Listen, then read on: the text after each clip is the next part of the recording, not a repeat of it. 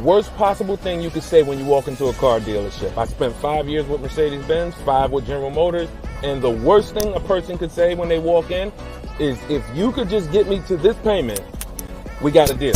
So your loan's probably still like 19, which means you got to pay to get out. You're upside down. It's called negative equity.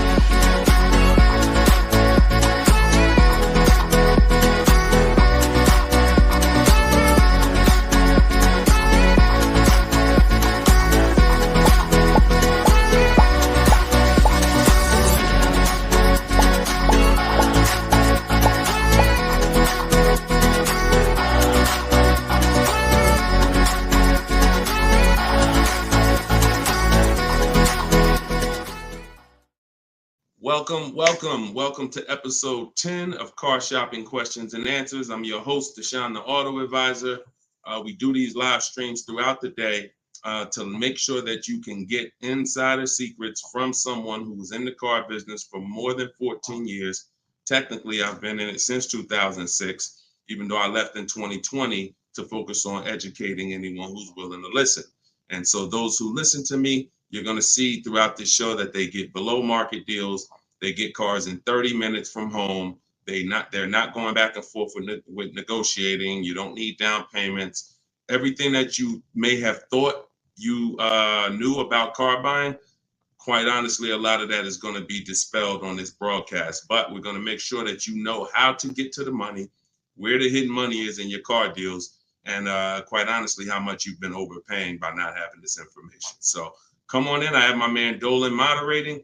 We're live on 4 platforms. You guys can start typing your questions. And while we get the first couple questions coming in, let's do some housekeeping. If y'all could, if you're going to spend some time with us on TikTok, if y'all could start tapping the screen, running the likes up so we can let TikTok know that we're about to talk some serious business here. And it lets TikTok know that they need to get some more people over here. So also, you want to share this with your best friend. Last thing you want is for you to use these strategies, save a ton of money, and then your friend a year from now is telling you how they got a car and they got ripped off and they lost thousands of dollars. And then you tell them about our show and they're like, wait, why didn't you tell me about that last year when you were watching? So tag your best friend. Shout out to the sharers. Also, while we're waiting for the first couple questions, let's do some housekeeping. Some of you don't know me. My name is Deshone the Auto Advisor. I'm the author of the new digital book, Cars from Home, 7 Steps to Saving Time, Money, and Avoiding Dealerships. We're rated 4.94 on Goodreads.com. Thank you to everyone who's rated the book. And we just got another rating, which is awesome. We appreciate it. And I'll read a little bit of it just so you could understand the magnitude of what's in this book. And everyone can get it for 75% off while you're here. But this one just came in. It says, this book is outstanding, a must-have for anyone seeking to buy, lease, or even sell a car.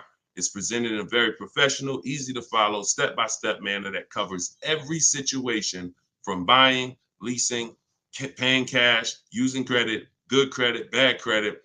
Although I've purchased and leased several cars in my lifetime, I learned new tactics to obtain the best value for my money.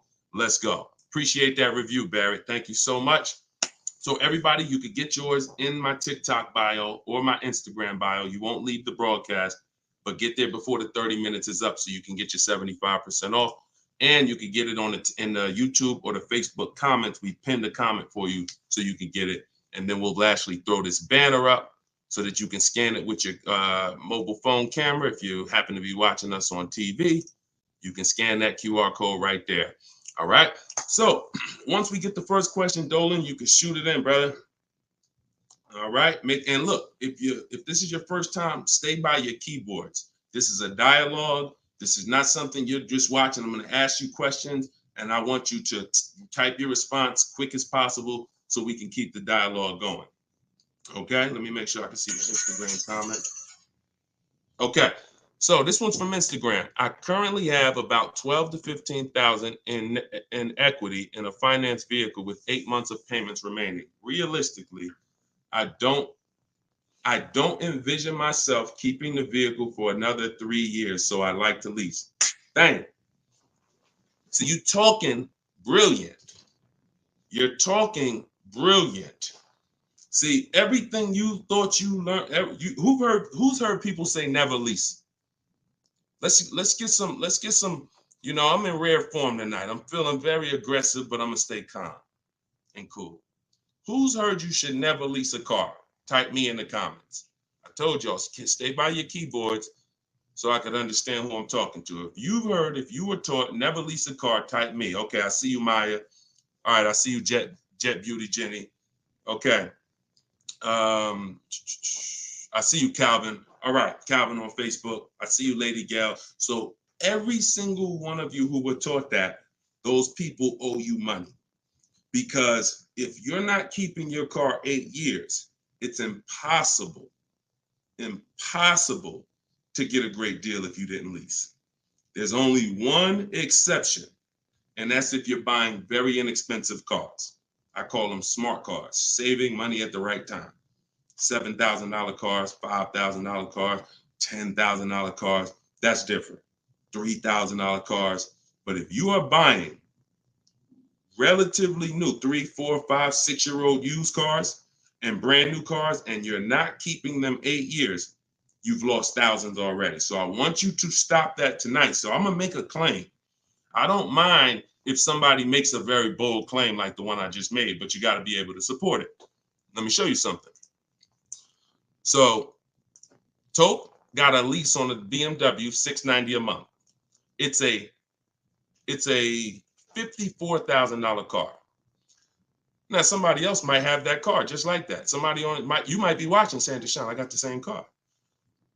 To purchase this car, and what you're going to notice about how I want you to learn, you're going to learn to look at deals with no money going into them. Okay? See, where the confusion comes in is when down payments start coming in. When you start evaluating deals with no money going into them, you can evenly measure them. It's apples to apples, even in different scenarios. So no money down, she's driving a $54,000 BMW. Now she used our system. She got bids. So she didn't negotiate for this. She stayed at home and let these deals come to her. That same car would be $1,100 a month to buy, because some of you know every $5,000 on a purchase price, every $5,000 that you're going to borrow on a loan, on a 5-year loan, is about $100 a month, depending on the interest rate. Now, I want to give you a scenario that will never happen, but I just want to hammer home that if you didn't lease, but you should have leased, you can't get a great deal. And we're going to stop doing that. Now, watch this. Let's say you happen to walk in and you're looking at the same BMW Tope got. Brand new BMW, never driven before. What would be an unbelievable discount for that vehicle? You just so happen to catch a deal asleep in desperation mode. He says, look, I got to get rid of this car right now. What would be an unbelievable discount off a brand new BMW? Like the best deal that you could realistically get, where you would say, man, he took off all of that money. Throw some numbers out there. I'm about to prove my point. Why it doesn't matter how much money you save. If you put your deal on the wrong foundation, you can't get a good deal. Throw some numbers out. You see? Come on. Look, okay, y'all must be thinking. Okay, Coco Love, I like that. 20% off. I like that. So 20% off a brand new BMW. Can we all agree that if you walked in, you got 20% off a brand new car? That would be like, okay, Ted Chu said the same thing on Facebook. I like that. So let's just say, I'm going to pull up my calculator, right? Pull up my calculator. She walks in, brand new BMW, $54,000. She gets it for 80% of what it costs. That's $43,000. I just told you every $5,000 is about how much per month? $100. So once we put our tax in here, let's not even put all the tax. Let's just round it up to 45. Tax is probably going to take it up to 46 with fees, 47. Let's just say 45. 45,000, y'all. Our payment's $900 a month. 5-year loan. That's with an unbelievable, never before seen discount. Remember that too. What is Tope paying? No money going into the deal. Do you see what I'm saying? Or if it's clicking, type clear. If it's clicking, that's an unbelievable, unheard of deal. Brand new BMW, desperate price. Please take it. I'm paying you to take it. Take 20% off the price.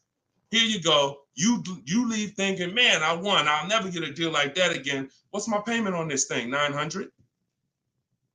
Take a 6-year loan. It's probably $800. Toke fan $690.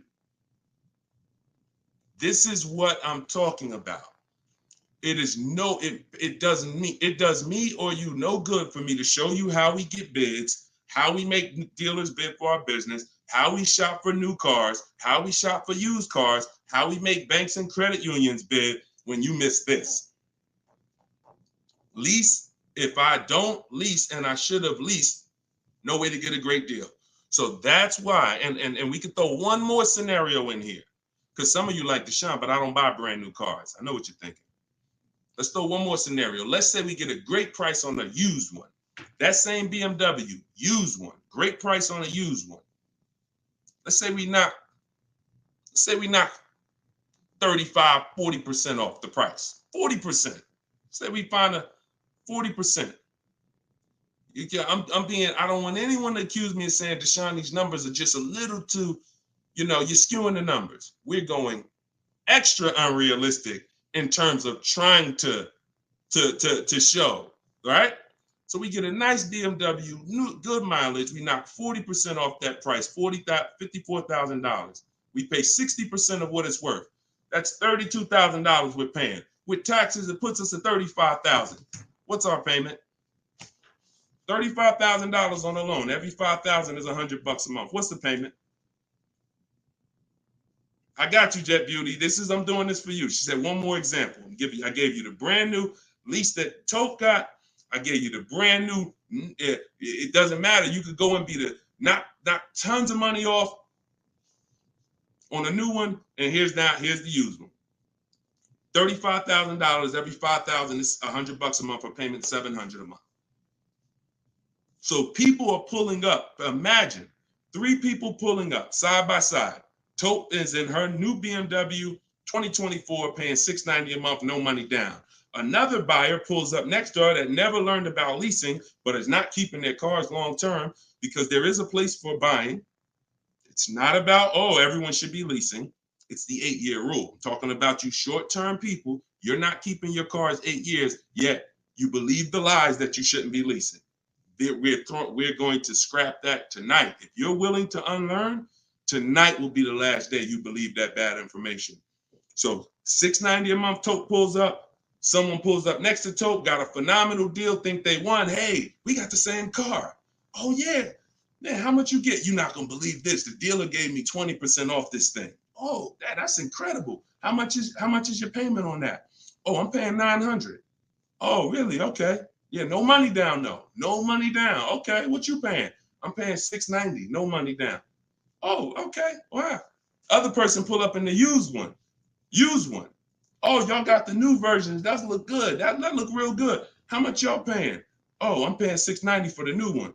Oh, I'm paying $9. Oh, I'm paying $7 for the used one. Do we understand how bad Toke is winning? So you keep believing that old information. It's cost you thousands of dollars. Cost your family thousands. I hate to be the bearer of bad news, but I'm also the bearer of good news. Because if I don't tell you, who's going to tell you? At least now you can actually make the changes and actually change your behavior and stop listening to people who rant about things but never talk numbers. Never talk numbers. They just rant and say, don't do this. Always do this. Never talk numbers though. So this is it. First step, I'm glad this is all based on this first comment we got from Instagram. Don't envision yourself keeping the car 8 years, even 3 more years, then you need to be switching to a lease tomorrow. No point in staying in it. No point in staying in it. All right. Go ahead. Shoot the next question up, Dolan. I think we went deep enough on that first one. Okay. This is the 7 p.m. live show. This is our first live show in the evening. If you see the banner on the actual show, that means we rebroadcast it, because we do rebroadcast these shows all day, so you can tell your friends, even if they can't catch us live, they can watch the show. But yeah, right now we're live, so keep typing your question. Look, Marika said, "Wow, I understand. Yeah, I understand. You're pulling back the veil." All right, this one's from Instagram. What's your opinion on the current car market with leasing? See, I can show you better than I can tell you. Those who don't know how to get great deals, there's no deals to them. We've been hearing this since the very, very beginning. When I started teaching people in 2021, we were hearing there's no deals out there. Felicia came in. She was our first person to use my stuff. She got a BMW X1, and she got it $1,950 off. That was in January 2022, middle of the pandemic, when there was blood in the street. Blood, everybody who came out the dealership, it was like you couldn't believe what you paid. And God willing, you didn't have to buy in those scenarios, or if you use my strategies, you did okay. But those who had to buy, I told you how dangerous it was back then, because dealers were charging 5, 10, 15 grand over sticker and getting it. Meanwhile, Felicia came in, she got a $1,950 discount off a white BMW, not a purple one that no one wanted, white one. Bonita, I always use Bonita because Bonita was middle of the, look, 2022, December 2022. Got 600 down, 600 a month on a brand new Kia Telluride. So our vantage point is different. I get it. To you, yo, there's no deals out there. To us, it's never been no deals. It's deals everywhere. Everywhere. Look, Frena. Some of you saw Frena. Just got a brand new lease. $579 a month. $65,000 vehicle. Ridiculous deal on a Jeep Grand Cherokee Hybrid. Ridiculous. Under 1% lease deal. So, I mean, Deshone, what about purchasing though? Well, it's easier to get purchase deals because there's no lease program. All you need is a huge discount from the dealer. When you're leasing, you need a huge discount from the dealer and a good lease program. So, but here's Sean, $73,000 F-150 Lightning just recently. Look, $20,000 off he's getting. It's just what you know. And I'm not the most proud of the fact I can get deals. I'm sure there's probably not one of you who doubt if this guy was in the car business, worked for Mercedes, worked for General Motors, he's clearly good at this. Of course he can get deals. That's why I don't even talk about the deals I get. I always show the people who use the stuff that I teach so that you could understand that you could get deals. You just need to change your strategies. Stop shopping like it's 1990. You get what I'm saying? You're shopping like it's 1990. No disrespect. I'm just telling you, look and analyze yourself. What about how you shop is different than how our parents shopped in the 90s? So this is what you need to change. And when you change and you start listening to what I'm telling you, you start sitting at home and you start going online and start making these dealers come to you and getting bids while you sit at home, making these banks come to you and getting bids while you sit at home, and not trading your cars anymore, getting bids from online buyers, you're going to save the same money. You're going to save the same money they're saving. Easier than you've ever saved it before. Okay? Change your strategy. That's what we do here. Okay? All of this is out of my new book. You can put the next question up, Dolan. Cars from Home. It's a digital book. You can get it for 75% off in the TikTok comments. You won't leave the broadcast. It's normally $97. But you get it for $24 as long as you get there before the 30 minutes is up and be in your inbox. Same thing in my Instagram bio. Click the link, grab your copy, and then we got comments in the comment section. We have the link pinned for you guys on Facebook and YouTube, so you can get your copy for 75% off. Okay. TikTok. How do I know what the percentage is for lease deals for Mercedes-Benz? When I return my lease, do I have to replace the tires and brakes? If they're bald, yes. Or you're just going to pay for them. And the same thing that would lose you money if you own the car, lose you money if you're returning the lease. If you have a big dent on a car and you go to sell it, people are going to take off money for that, right? If you go and sell a car and you like, hey, yeah, I want to sell this car, and everybody looks and the tires are completely bald, they're going to take off money for that, right? Exactly. So you have to, now you don't have to run, now most leasing companies give you wear and tear. So I know you may have been thought, oh, I got to keep a lease perfect. No, absolutely not. They give you normal wear and tear. They allow you to have normal wear and tear, scratches, dings, you can even run the tires down pretty low. But when you start getting excess wear and tear, bald tires to the point where they're dangerous, dents, big dents, cracks in the glass, this stuff you're going to be billed for. And that's perfectly natural. Now, in the case of what is a good lease deal for Mercedes-Benz, it's not brand specific. Watch this, y'all. A good lease deal is a good lease deal no matter what. See, the name of the game with leases, if you're not keeping your cars 8 years, because there's a different way to win with cars, and that's keeping them long enough to where they're not depreciating a lot anymore. That's usually going to be at least 8 years before you start winning, and you can catch up with the good deals that lease people are getting. You see these payments they're paying. You saw the scenarios I put when, buying the used car, leasing, getting a great deal, buying the new car. In order for them to catch up to that lease deal, they need to keep their cars a very long time, 8 years minimum, so that they can start to recoup some of the money they're putting into these cars that a person who's leasing isn't. So long-term ownership is the way to win. 8, 10, 12, 15 years. Leases, great lease deals is the way to win. But that middle stuff, buying cars, switching them in 2 years, loss. Buying cars, switching them in 4 years, loss. 6 years, loss.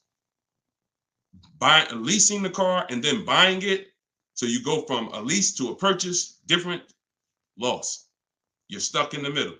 So when we're looking at lease deals, y'all, we're using an old principle, which is the 1% rule. The 1% rule on great lease deals has always been around. As long as I've been in the car business, it was around.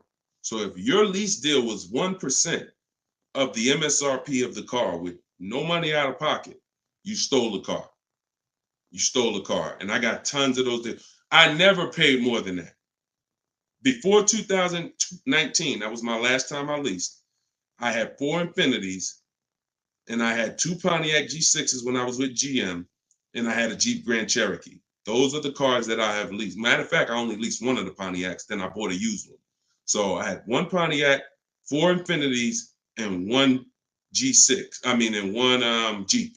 6 leases I've had, all under 1%. So that's a steal.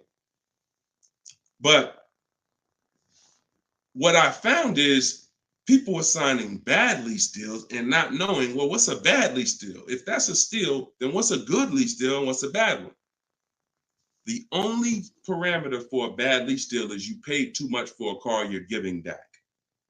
So if you pay, and I created the 1.5% rule, what that looks like is if you're leasing a $40,000 car and your payment's 1.5%, 1.5%, that's $600 a month. That is the max. Because when you multiply that by 36 months, you're $21,600. On a $40,000 car, once you take your taxes and everything, you're probably about 44. So paying 21 over 3 years, not that bad. That's the max though. That is the max. Max, you don't go into a dealer, hey, man, you got to get me under 1.5%. No one who's learning from me has a goal to be at 1.5%. If that's the best deal out of all the offers we get, then that's different. But once you go over 1.5%, look, $650 a month, that same car, you're paying $23,000 for. You're paying more than that for a car you're giving back in 3 years. So this is why we had to have that. Now, between 1% and 1.5, that's a good deal. Between 1% and 1.5, good deal. And what's going to dictate where you land on that spectrum is if you're getting bids, because you're not going to get the lowest price from a dealer without getting at least 5 offers. I told you, 80% of dealers are overpriced. Remember that. If you can grasp that, I want you to type the number 80, because you need to understand 80% of dealers in the country are overpriced. I see you. I see you, Steven. Okay, I see you, 223 Apparel. All right, TikTok locked in. I see you. Okay, when you get that, then you're going to be much more aware that I cannot. I see you, I am Tashan F. Sir. You're going to be much more aware of why you cannot walk into a dealer thinking you're going to get your best deal. Because if there's 10 dealers on the street, 10, now what you should be saying is 8 are overpriced. So I can't gamble and walk in and think, because you can't negotiate and win with an 80% deal. Because their prices are so high, even when you get money off, you still lose. So that's where, so it takes two things to get great lease deals. You have to get bids while you sit at home. You talk to all 10 of those dealers online. I have the best system for doing that. You could do it your way if you want, but you need to do it. In my book is my scripts and my websites I go to. I go right to the dealer's website. What we say, you just type in what you want. Everything is copy and paste. But you do this so that you can actually get the offers and find out of your 10 dealers, who are the 2 that are the best priced. That's the whole goal. So you need that to get a great lease deal, a big discount from the winning dealer, and then you need a good lease program. That's what dictates where you're going to fall in that spectrum. You can't get below 1% without a ridiculous lease program. They really want to move the car, but 1.2%, 1.3%, these are happening all day long on cars that you all day long. All right, next question, Dolan. All right, Deshaun, I bought the book and followed your instructions for lease deals. I got a 1% deal quote. It's the best system. Buy the book. Best $24 you can spend, right? Precision Sound. See, I swear when I was putting the book together, I priced it at $97 because I said this book is going to save somebody so much money. It's not fair to have it priced like other books. I got tons of books here. I'll be honest with you. Not many of these books have actually saved me thousands of dollars. A couple of them have. A couple of them strategy, but they serve a different purpose in my life. This will be the book that you look at and say, that book right there saved me thousands and thousands of dollars. So that's the reason why it's $97. But you know what? I'm an author. I said, let's do a special thing. Everybody who jumps on the welcome offer, you could get it for the price of a regular book. There you go. But I'm glad. 1% lease deal. Congratulations. Great job. Enjoy it. Enjoy it. All right, next question, Dolan. Can you use your system out of state? Ted, great question. You're going to find that you're going to become very comfortable dealing with dealers out of state. Because, and I'm going to tell you the truth, a lot of dealers that are close to you, when they see your zip code, they've already determined and made up in their mind how much they're going to discount, or if they're even going to discount, based on where you live. If you're 20 minutes from them, why do I need to give you a discount when I know the average person shops 2 dealers before they buy?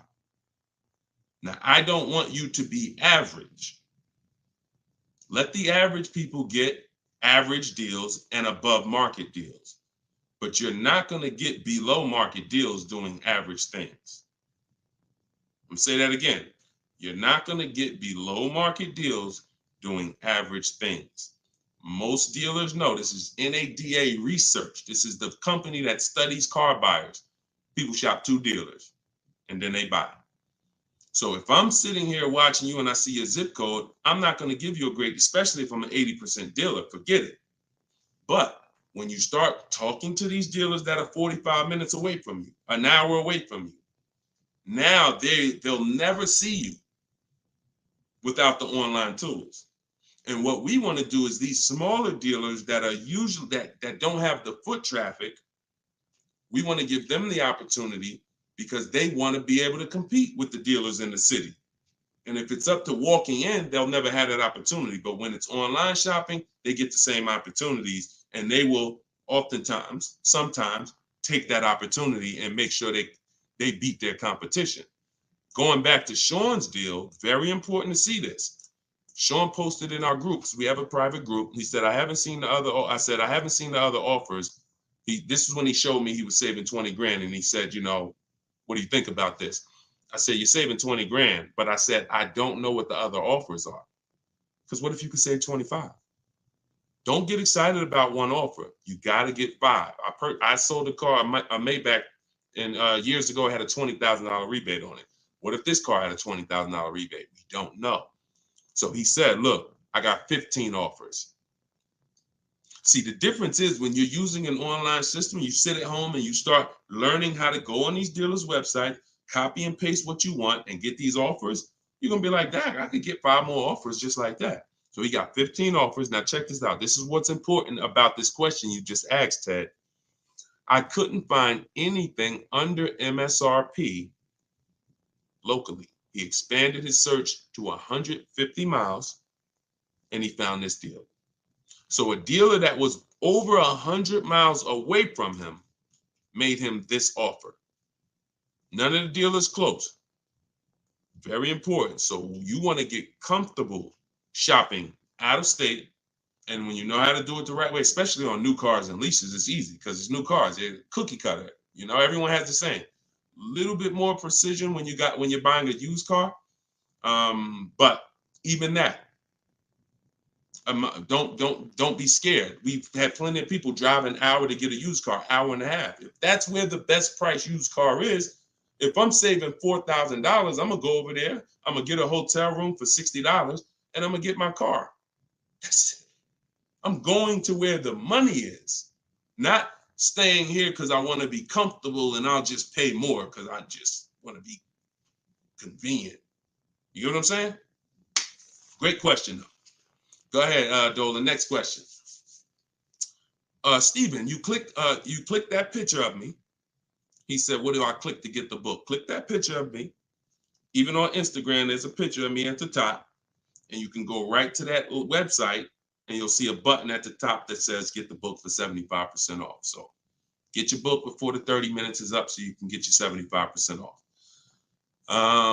This is Thomas on Facebook. What's your opinion on military members using this method? I move every 3 to 4 years. So do you think it's wise to get rid of my car note to own and lease? It's a great question. You need at least 3 years. If it's 3 years, that's fine. I don't want you trying to worry about breaking a lease contract 3 years in. 2 years in or a year and a half in. If I knew it was shorter than that, then I wouldn't be investing a lot of money in cars.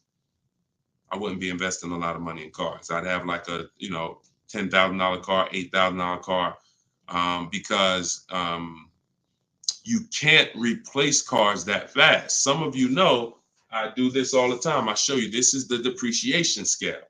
Whenever you see this, you think unseen. This is the unseen expense, the depreciation scale. This is why when you buy a car for $30,000 today, what is it worth tomorrow? If you buy a car for $30,000 today, I want to teach you how to see the hidden money. I call this the hidden money, the unseen expense. You buy a car for $30,000 today, what's it worth tomorrow?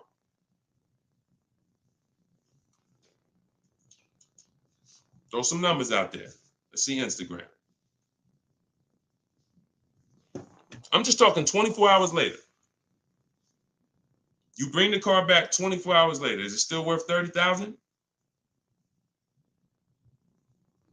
Right? Look, iHeart said 22. Maybe not that much the next day, but you could be. You could be 25, 29. Look, it's worth less, right? So now that's the beginning. Now you park that car outside your driveway a year. Don't touch it. Don't drive it. You paid $30,000 for it. Come back a year later. What's it worth? Now we're getting into those 25s, 22, 20. Look, you never drove it. You didn't drive it one single mile. That's what we are. And look, that's happening the first 5 years that you have the car. Now, there's one exception, Thomas, if I'm you. If I can get 3 to 4 years, I'm leasing. No doubt about it. 3 to 4 years, I'm leasing. Now, your goal is to, if you got to make a move, you don't want to lose money and you don't want to have a bunch of negative equity. So what you can do, what I would suggest you do, if you don't have the 3 years, then I would buy a pre-owned car. I wouldn't even go with a $10,000 one. I just make sure I get a great price on a pre-owned car, so that with pre-owned cars, you can swap out and you don't lose. Compared to someone who's leasing, though, you will, because you're going to pay about the same amount they're going to pay, but they're going to have a brand new car and you're going to have a used one. But that's the risk you have to take, because if you try to lease and then you end up having to get out of it in a year, no, can't break that contract that easily and you're going to lose money. So if you got 3 years, I'd lease for sure. If you only got 2, then I get a great deal on a pre-owned car. And then that way I'm safe. If I do need to get out of it, I can sell it and probably break even within a 2-year period, because it's not going to depreciate as much as a used car. I mean, as much as a new car. Okay? If you got 3, 4 years, man, lease. When a lot of you, when you realize I'm not talking to you who are keeping cars 8 years. If you have a car outside your house for 8 years or longer, type me. Matter of fact, type K. We call that a keeper. You got to be able to distinguish the difference in these scenarios. Anything outside your house for longer than 8 years is a keeper. We're not even comparing leasing. But when your kids come to you and say, Mom, Dad, I want a car, we don't automatically make them, this is going to be a keeper. You're going to keep this thing for 8, 9, 10 years. No, I'm not.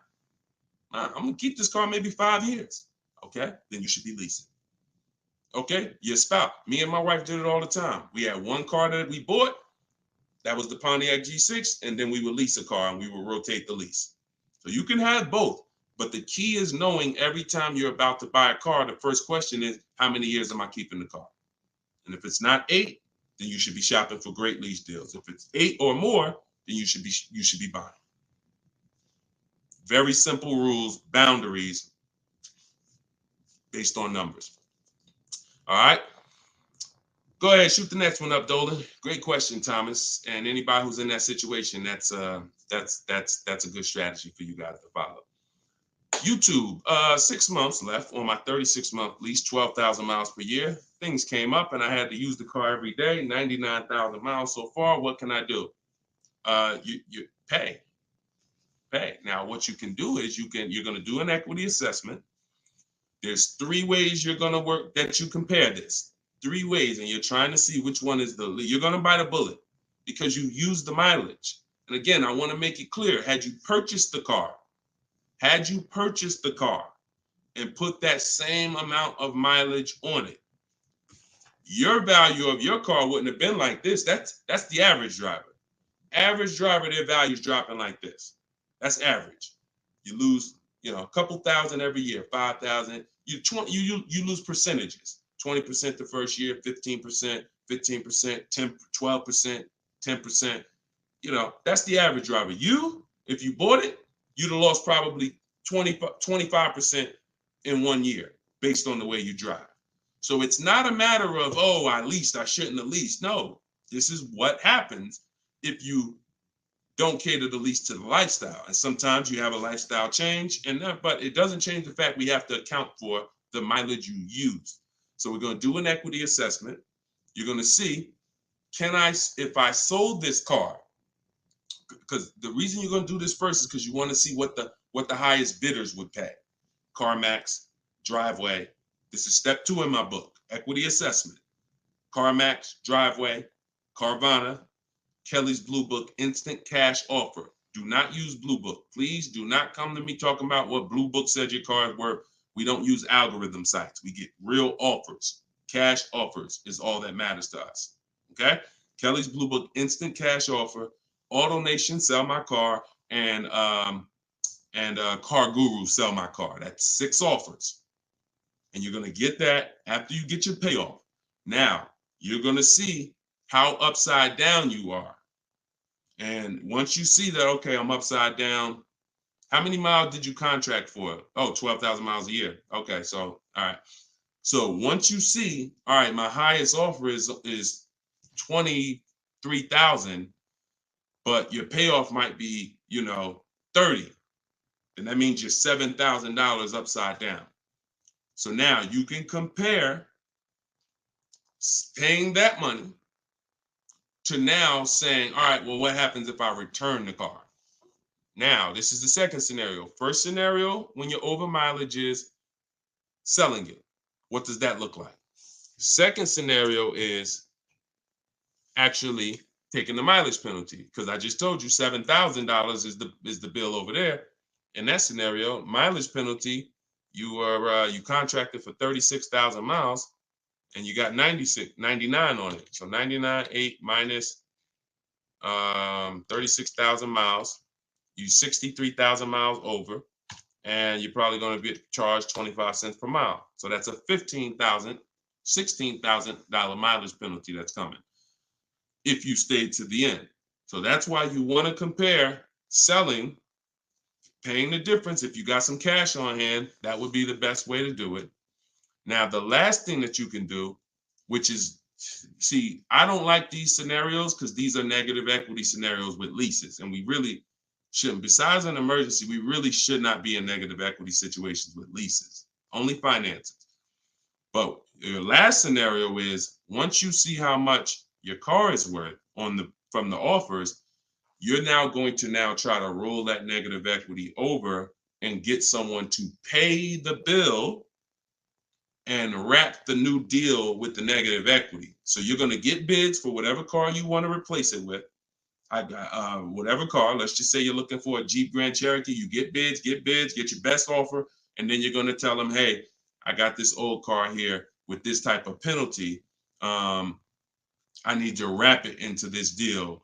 That's 7,000 or 8,000. That's why you got to know what the market value is. Before you do this, you have to know what the market value is based on offers, so that you know, all right, I got to slap another $7,000 on top of whatever my best deal is, so that I don't get the bill. So if you can pay the bill, pay the bill. If you can't pay the bill, then you need to roll it into the next deal.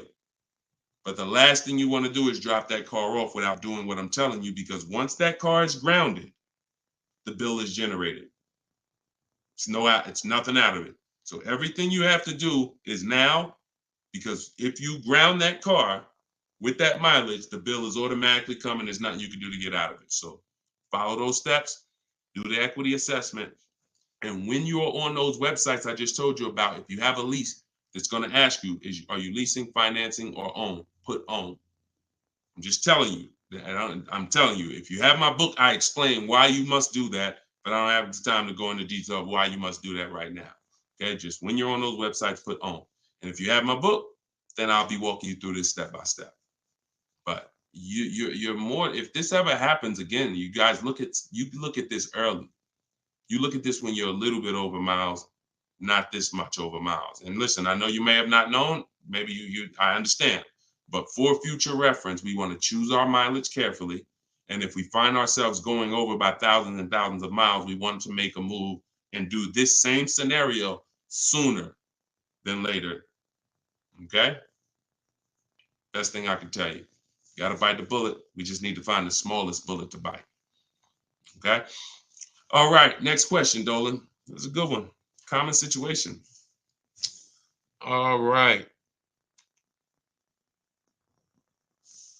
All right, go ahead, Dolan. All right, here we go. This is Ted. A couple other things real quick. I'm upside down in my current car loan, but the payment is cool. Still want the same or lower payment on the next purchase. Is this covered in the book? By the way, I already copied the book just in case I have to pivot. Wonderful. Wonderful. So I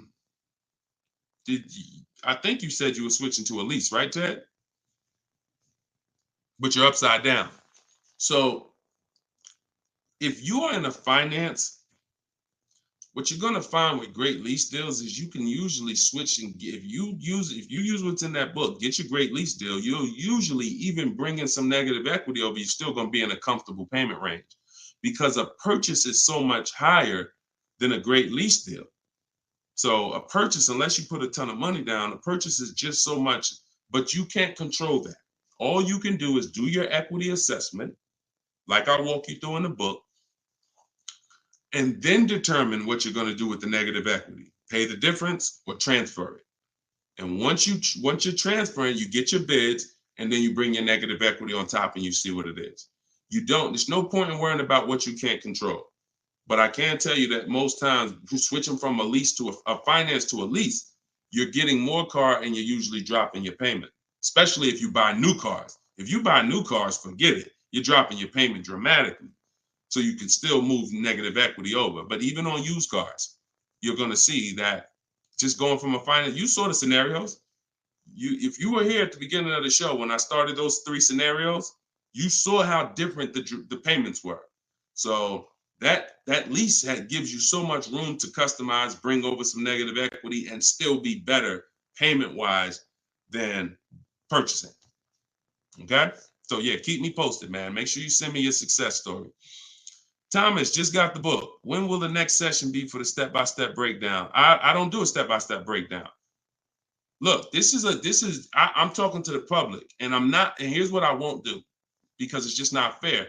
I'm not going to spend a lot of time talking to people who have the book, because the book is step by step.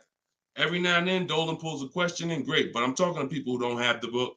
I'm not going to make the whole show talking to people who have the book, because quite honestly, like I said, I got a lot of books up here. I can't talk to one of these authors. If I'm reading something from, this author over here, but the book is set up in a step-by-step way. So just use it and win with it. All right. Go ahead. Shoot the next question up, Dolan. It just would be corny. That'd be corny. Oh, he's only talking to people that got his book. No, we're not doing that. DJ Flair, YouTube. I haven't gotten APR under 1.4 on a lease. Should I settle? How many offers do you have? Now I'm looking at the comment section, DJ Flair. I need you, if you're going to ask a short question and then I'm asking you a follow-up question, I need you to type fast. And that's a quick look. Number, send.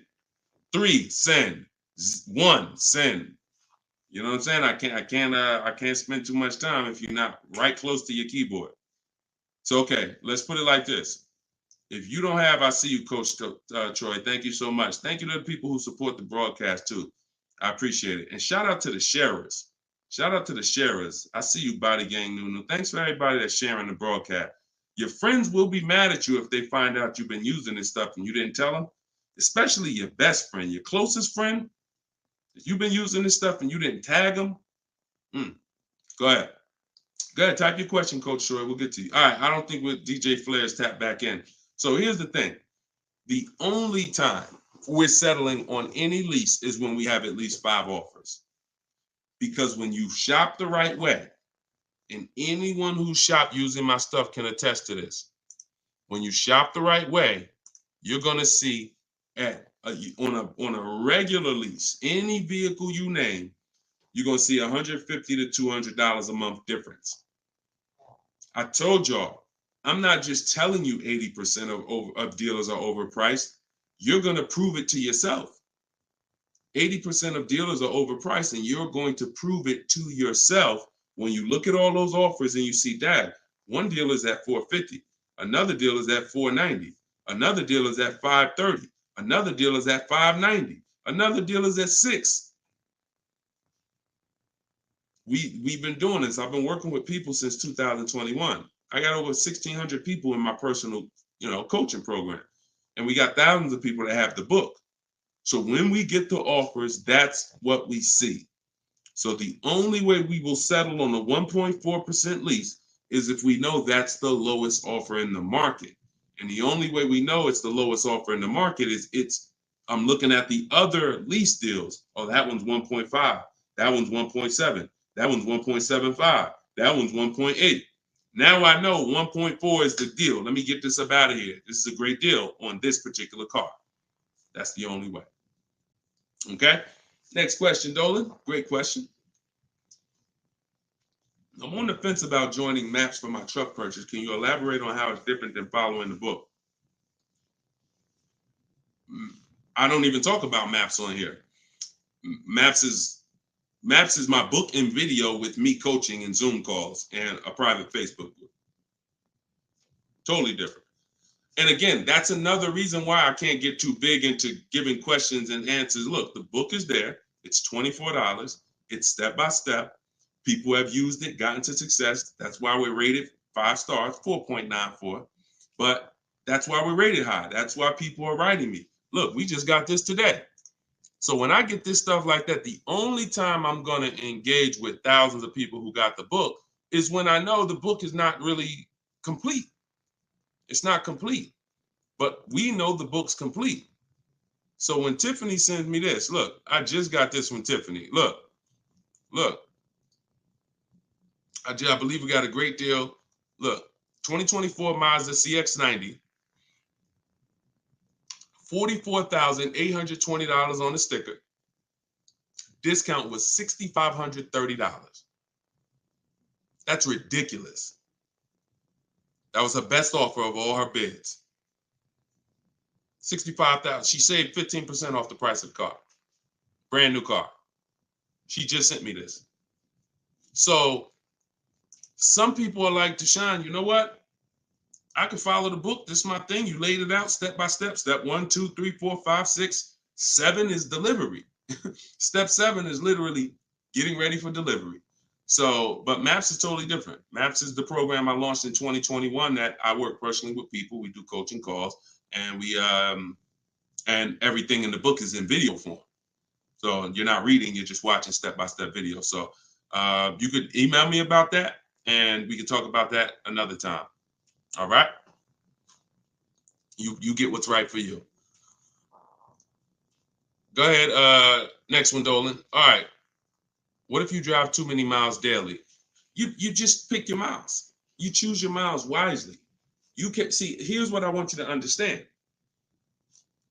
Now, if you were on the show a little earlier, we talked about how you're going to pay whether you, and bring in, Dolan, can you bring in Coach Troy's question on TikTok? Here's what you have to be very clear on. You pay for the miles whether you purchase or lease. That's why I want you to think about that. Depreciation scale. If I drive 0 miles, my car is worth less in a year. If I drive average miles, it's worth less in a year. If I drive high miles, it's worth less in a year. Ain't got nothing to do with whether you leased it or you bought it. If you bought it, that's what's happening. So the purpose of the lease is to know I'm not keeping my car 8 years. So I'm going to look to replace the car while it's dropping in value like this. If I buy it, this is year 1, this is year 2, this is year 3, this is year 4. Once you get about year 6, it starts to round out. You're losing less value, year 7, year 8. But you still need to catch up to the person who leased because they haven't put all this money in the car that you have. That's why it's the 8-year rule. But if you're like, Deshone, I know I'm not keeping the car 8 years. Your goal is to beat the depreciation in. How do I get a car without taking this type of loss? That's a lease. That's a great lease deal. Not an average lease deal, not these commercials. None of these lease deals y'all saw in the show today was based on a commercial. Nothing. They were probably thousands better. Do never look at commercials and think, oh, that's a lease deal. Absolutely not. Absolutely not. So what you're going to do is you're going to assess your miles, see how much you drive to work and back, how many days a week, and you're going to add that up over the year, and you're going to come up with a number. And if it's $18,000 a year, great. I worked for Hyundai for 6 weeks, and I keep the story short, but I worked for them for 6 weeks. I was a manager there. Owner ended up getting indicted. Straight up highway dealer. Like I would never, it's the only dealer where I said, whoa, this ain't for me. No way. Got out of there in 6 weeks. Gave them their car back that they had me driving. I said, I appreciate it. God bless you. So I end up getting, I had a person who was dropping off their lease. And I was doing the paperwork to ground the lease for them. Hey, I was doing the work to ground the paperwork, and to ground the lease, and I saw that he had like 70,000 miles on the car. And I said, "You lease this?" He said, "Yeah, man, I always lease." I said, "Wait, you in sales?" No, he told me. He said, "Yeah, I'm in sales. I drive over 20,000 miles a year. I used to buy my cars, and I just be, all this negative equity. I had to put big down payments. I just, once somebody showed me about leasing, I never stop. I pay my payment. I bring it back after 3 years, get a new one every 3 years." I said, "Wow, that's crazy." Then I looked at his payment, and I saw his payment was only like $150 a month more than a normal payment. It wasn't $500 more a month. It was $150, $175 more to get the additional mileage that he needed. I said, "Man, I'm telling everybody about this," because I had high mileage drivers coming in with same amount of mileage on that he had, 70, 80,000 miles, except they bought it. And now I'm like, "Hey, you got like 12,000 negative equity because your car, you got so many miles on it." And they're like, "Yeah, I know." So before I learned that about high mileage leases, that's what I used to do. I didn't understand it, but now forget it. And that was back in that was 2016. So everything I've learned, I bring it to the public, and I've learned from seeing bad scenarios. So no matter how many miles you drive, as long as you're not doing like Uber or Turo or something where you're renting the car, you're just putting like as many miles as you can on it a year, and you don't really know how much you're going to put on. As long as that's not the case, it's predictable, then for sure. I have 2 strategies in my book for high mileage drivers that don't keep cars 8 years. 2 strategies: high mileage lease, and then something I call 2 cars, 1 payment. High mileage lease, 2 cars, 1 payment, where you split the mileage. You have 1 car you buy, and then you pay that car off, and then you have 1 nice car that you lease, 12,000 miles, and you just split the miles. Either way, stop buying. And now, one more thing, and put the next question up, Dolan. Now, if you're a high mileage driver and you are an 8-year person, great, no reason to lease. There's plenty of cars out there. You buy a car that you can drive 25, 30,000 miles a year. That'll last you 8 years. No reason to lease. See, if you are keeping your cars 8+ years, forget about leasing. If the person who you want to shop for is 8+ years, no reason to lease. I'm only talking to you who are like 6 years, 5 years. Deshone, I'm not keeping it 8 years. You are the ones losing thousands of dollars by not leasing. All right, I see you. I see you. All right, so this is Coach Troy from TikTok. And we're live, y'all. Just in case you know, we're live for a couple more minutes. This is our 7 p.m. live. We, whenever you don't see the banner on top, you know it's live. Whenever you see, because we rebroadcast these shows because a lot of people can't make them, so you can catch them on pretty much any of our platforms. You can watch the replay, watch the rebroadcast. But we are absolutely live right now. So for a couple more minutes, you can type your questions. This is Coach Troy from TikTok. I have a lease now. My lease is up in June.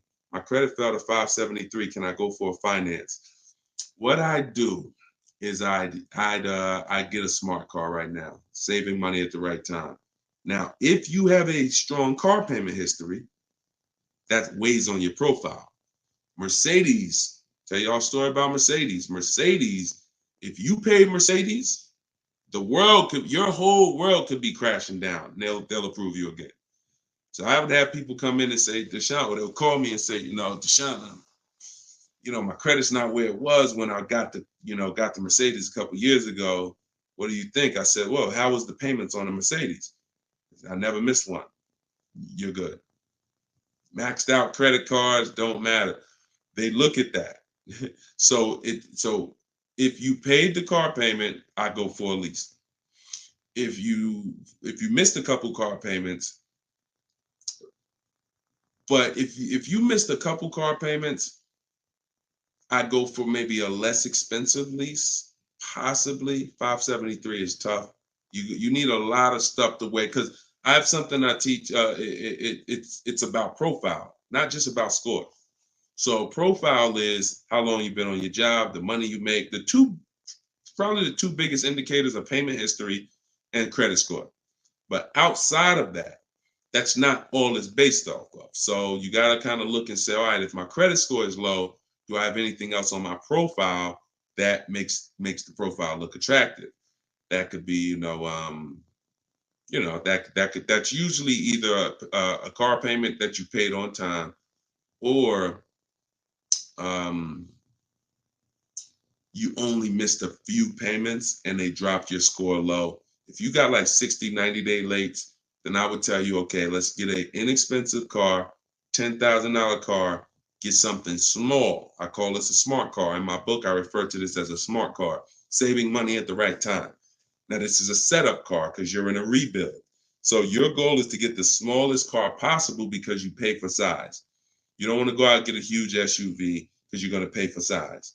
If you get something that was brand new, 25,000, I would get it, finance it, try not to get something too old. But the only way you're going to need to get something old is if you're trying to buy an expensive vehicle. If you're trying to buy a Jeep Grand Cherokee that's $45,000 brand new and you're trying to get it for 10 grand, you're going to need it. Old one. And that's usually a sign that we're looking at too much car. So, but if you need an SUV, that's different. But your goal is to sacrifice, get the least expensive quality car. It must last 2 years. Hit the payment history on point. Don't miss a payment, and then you would switch to a lease. So I don't know enough about your scenario, but I kind of gave you a little bit. And in my book is the details of this: the smart car strategy, and shopping for a lease, and looking at your credit profile. So based on where you're at, you make your move. But either way, it's fine. It's not the end of the world. Tons of people are going to be rebuilding now. Just make sure you're doing it right so that you don't set yourself back with your next car. You want to set yourself up. And a lot of people, when they're in a tough situation, they make another decision that actually sets them back. Okay? Go ahead. Next question, Dolan. Okay, I see. High pride BMW lease. Thanks, Coach. Forget about the gifts. Just get the book. I appreciate you sending the gifts, but I'd rather you have the book because I want you to win. Okay, take all that money you just gave on the show, and I appreciate it, and get your book so you can make sure that you win for the rest of your life with cars. But thank you. Go ahead. This one's YouTube. Where's Instagram at? Instagram, y'all quiet this evening. Y'all started out the show with a lot of questions, and now y'all quiet. Let's go, Instagram. Type your question. And the thing about Instagram is, if you hit that little paper airplane next to the comment box, you can share this with like 30 of your friends. And I guarantee you, every single one of them will thank you. Every single one of them. We don't dance. We don't tell jokes over here. All we do is talk big money. Guaranteed they'll thank you. So, all right. This one, Diana from YouTube. Am I liable for a vehicle that I didn't take possession of? If the paperwork has been sealed, signed, the bank has been notified, if there's a bank involved, you can be, just because you didn't pick it up, but you would have had to sign all paperwork and basically have them turn that paperwork in, which would start the motor vehicle processing, where they're going to register the car in your name. Once this process has moved forward, whether you took the car or not, that vehicle is linked to you. In which case, yes, you are liable. But it depends. I hate buyer's remorse. Buyer's remorse sucks, y'all. Buyer's remorse you only get buyer's remorse two ways. You got a bad car or you got a bad price, or both. So you need boundaries to get good cars, quality cars. Choose the right cars that you're going to like, going to love, going to enjoy, so that you don't regret the car. Boundaries to make sure you get a quality car, not a car that's going to be in the shop, not a car that's going to break down. Boundaries. You need strategy to make sure you actually get enough offers, so when you accept the offer, you paid the lowest price possible. Offers. So those two things, two types of buyer's remorse: the car and the price. The car that you're shopping, how you shop, choosing cars, taking your time, knowing what websites to go to make sure the car is quality, going to test drive the cars if you're leasing or buying a new car. That's the shopping boundaries. That's how you make sure you don't get a bad car. When you're looking at a used car, narrowing it down, title history, service records, accident history, and then the strategies. The other buyer's remorse is, I don't like the price. I think I could have paid less. I think I'm overpaying. I'm not comfortable. That comes from getting bids and looking at multiple offers. Got to use this. If you don't use this, that's going to continue. It's impossible for you to eliminate that without those two strategies. Boundaries, shopping strategy. Okay? I hate buyer's remorse. Go ahead. No problem, Coach Troy. I appreciate you. Go ahead, Dolan. Next one. Okay. Oh, we got another success story. Let's go. Okay. Thank you, Gina. YouTube success story. Just ordered a 2024 BMW X3 M40 for almost $4K off MSRP plus $3K military discount. Would have never thought about this being possible. Followed your car shopping for people who hate car shopping book. Don't make me drop the microphone up in here. Gina, $7,000 she's saving from home, getting bids. See, look, I love this. I love this. This is empowerment right here. Forget all that other stuff. Forget all the other stuff. Is if you use something and it does not save you money, throw it out. But you got to use it. I knew that if you're willing to use what's in my book, if you are willing to take it, trust my process, these are the results. You don't have to be me. You don't have to be Deshone. Gina's not me.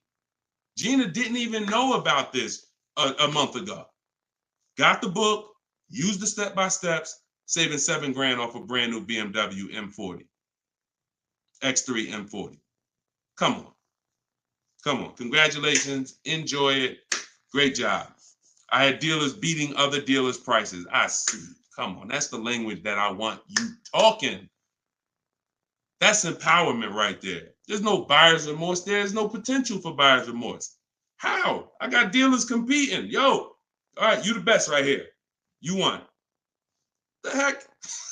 There's no room for buyer's remorse when people were competing, jumping through hoops. Hey, pick me. Here's my offer. Here's my offer. Here's my offer. Come on. All right. I love it. Good job, Gina. Okay, to everyone else who's like, what book did she use? That's my new digital book. It's called Cars from Home. It was originally called Car Shopping for people that hate car shopping, but now it's called Cars from Home. 7 steps to saving time, money, and avoiding dealerships. Has all my templates for new cars, used cars, leases, everything in there. And it's normally $97, but in my TikTok bio, you can get yours for 75% off. In my Instagram bio, click that link and then get your book. You'll pay $24 instead of $97. And in Facebook, YouTube, we got the comments. We got a comment pinned for you guys to get it. Go to deshonesbook.com right there on the screen. Or if you're watching us on TV, you can just scan that QR code with your mobile phone. I want the success stories. I love the success stories. Love it. All right, go ahead, Dolan. We got a couple more minutes. Go ahead. Next one.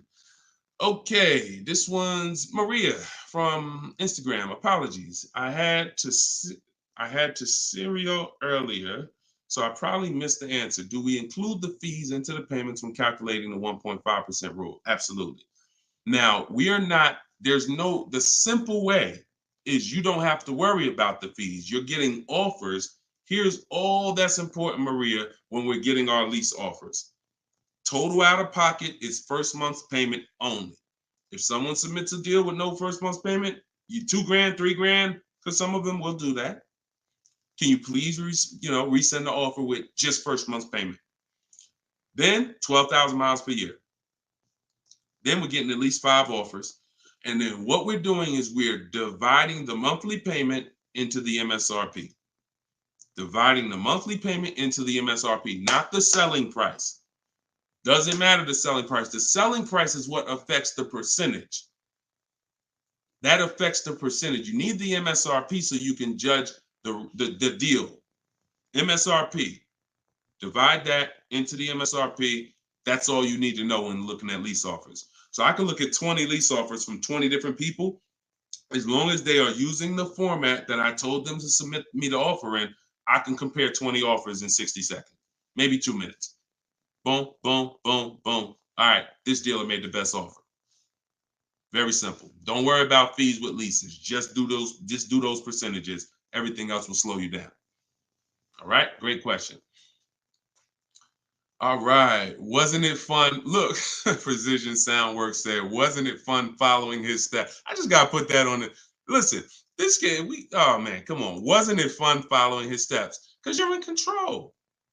You're in control. It's fun being in control when you've been buying cars. You've been out of control for all your life. You felt intimidated. You felt like, oh, they're gonna get over on me. I'm gonna say the wrong thing. I'm gonna do the wrong thing. Now it's the total opposite. You're in control. So it becomes fun. My man. I love it. All right, go ahead, Dolan. Okay, this one's from TikTok. My brother totaled my car with only liability insurance. What should I do? Talk to the insurance company. Being underinsured is a real thing. That's called exposed. You're out there with exposure. So liability insurance, yeah, and hopefully it was a very inexpensive car, like a $3,000, $4,000 car. You know, I hope you weren't. You know, hope it wasn't like a $10, $12, $15, $20,000 car. This is why insurance exists. I'm sorry to tell you, like that's some of the worst scenarios. But you know, being underinsured is a real thing. You know, so make sure you're using. I use a company called Insurify.com or Jerry to shop insurance. It shops all the companies for me because you should be shopping for car insurance every single time your car insurance is up. And you know, but yeah, you got to be properly insured because these things happen. Say, look, gap insurance. A lot of people don't know. People will say, "Oh, I won't buy gap insurance," or they'll say, "When I go into the office, never say no to everything." Well, if you needed gap insurance or you needed the right coverage, we either get it from the dealer or we call our insurance company. There's other insurance companies that sell gap insurance, but before we get it from the dealer, we'll call our insurance company or we'll go online. But if you total your car and you owe 25, but the car's net value was 20, you got a $5,000 bill coming. Totaled your car, lost your car. Now here comes a $5,000 bill. Hey, what happened? Gap, exposed. So this insurance thing is very real. So please make sure. I mean, I hope it works out for you, but make sure you have proper insurance coverage. All right, go ahead, Dolan. All right. Great questions. Great questions.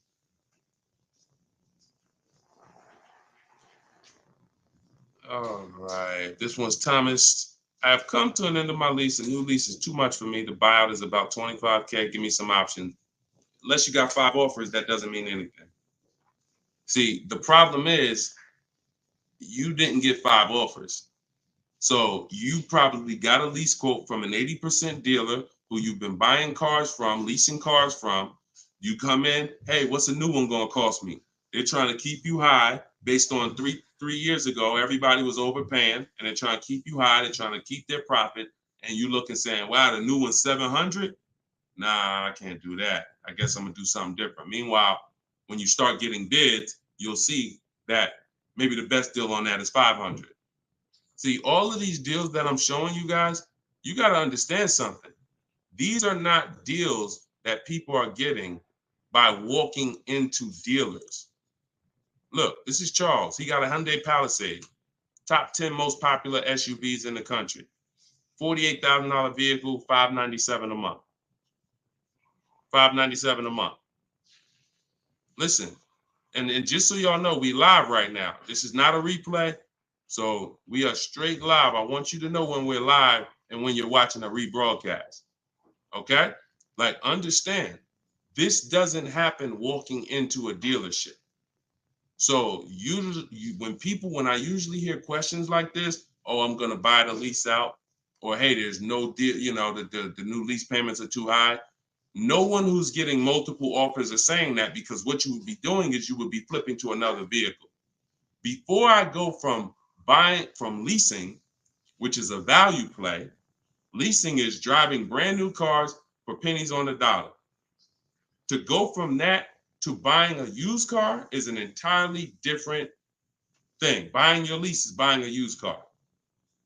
So when you do that, Alexis, just go to deshonsbook.com. Just type it into your browser. So when you do that, you're switching totally different strategies. But what I would do if there's a bad lease program, if let's say I've been leasing Mercedes-Benz for years and I go to get another one and I do all my offers and I see, oh, this is a bad lease program. It's over 1.5, 1.6, 1.7. No thanks. I'm going to go to my plan B car. I'm going to look at it, a plan B car, because every single vehicle has a different lease program. And sometimes you'll look at one vehicle and you'll think, oh, this is all leases. No, that's one vehicle. That's not even all leases in this dealership. This vehicle has a different lease program than this one. This trim level has a different lease program than that trim level. They're all different. So when we get locked in on one overpriced lease, especially if we didn't get 5 quotes like I teach,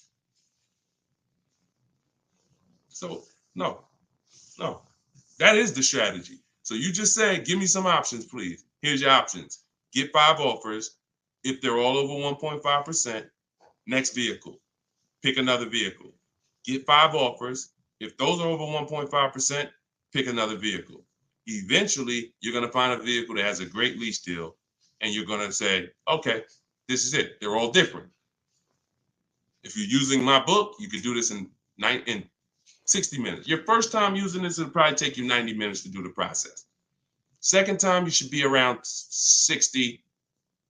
I want you guys, by the time you use this 2-3 times, you'll be getting car. I can get any car I want, get the best offer, look at the whole market in 60 minutes, 45 minutes, 60 minutes. So that's not going to be your first time. 90 minutes probably the first time. But this is 90 minutes. By the time, that's not one trip to the grocery store. It's not even one trip to the grocery store.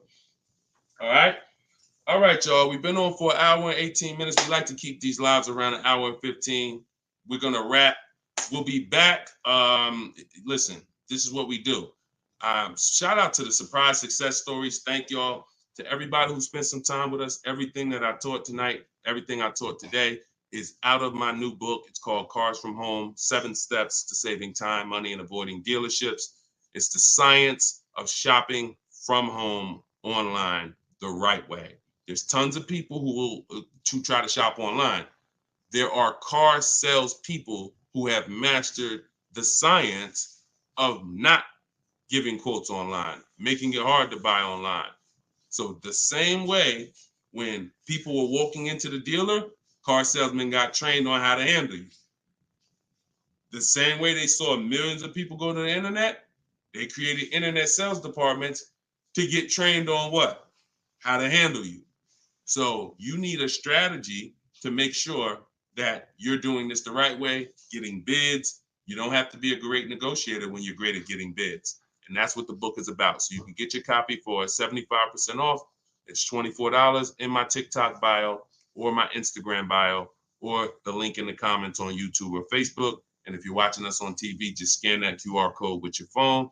But we'll be back sometime tomorrow, depending on when you're watching. And this is what we do. Let's keep saving this money. All right. God bless. And thank you to everybody that got the book. Email me your success stories.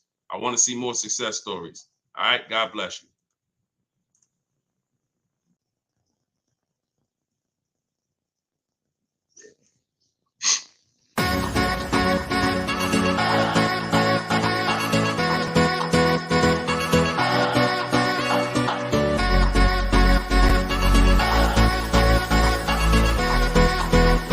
The worst possible thing you could say when you walk into a car dealership. I spent 5 years with Mercedes-Benz, 5 with General Motors, and the worst thing a person could say when they walk in is, if you could just get me to this payment, we got a deal. So your loan's probably still like 19, which means you got to pay to get out. You're upside down. It's called negative equity.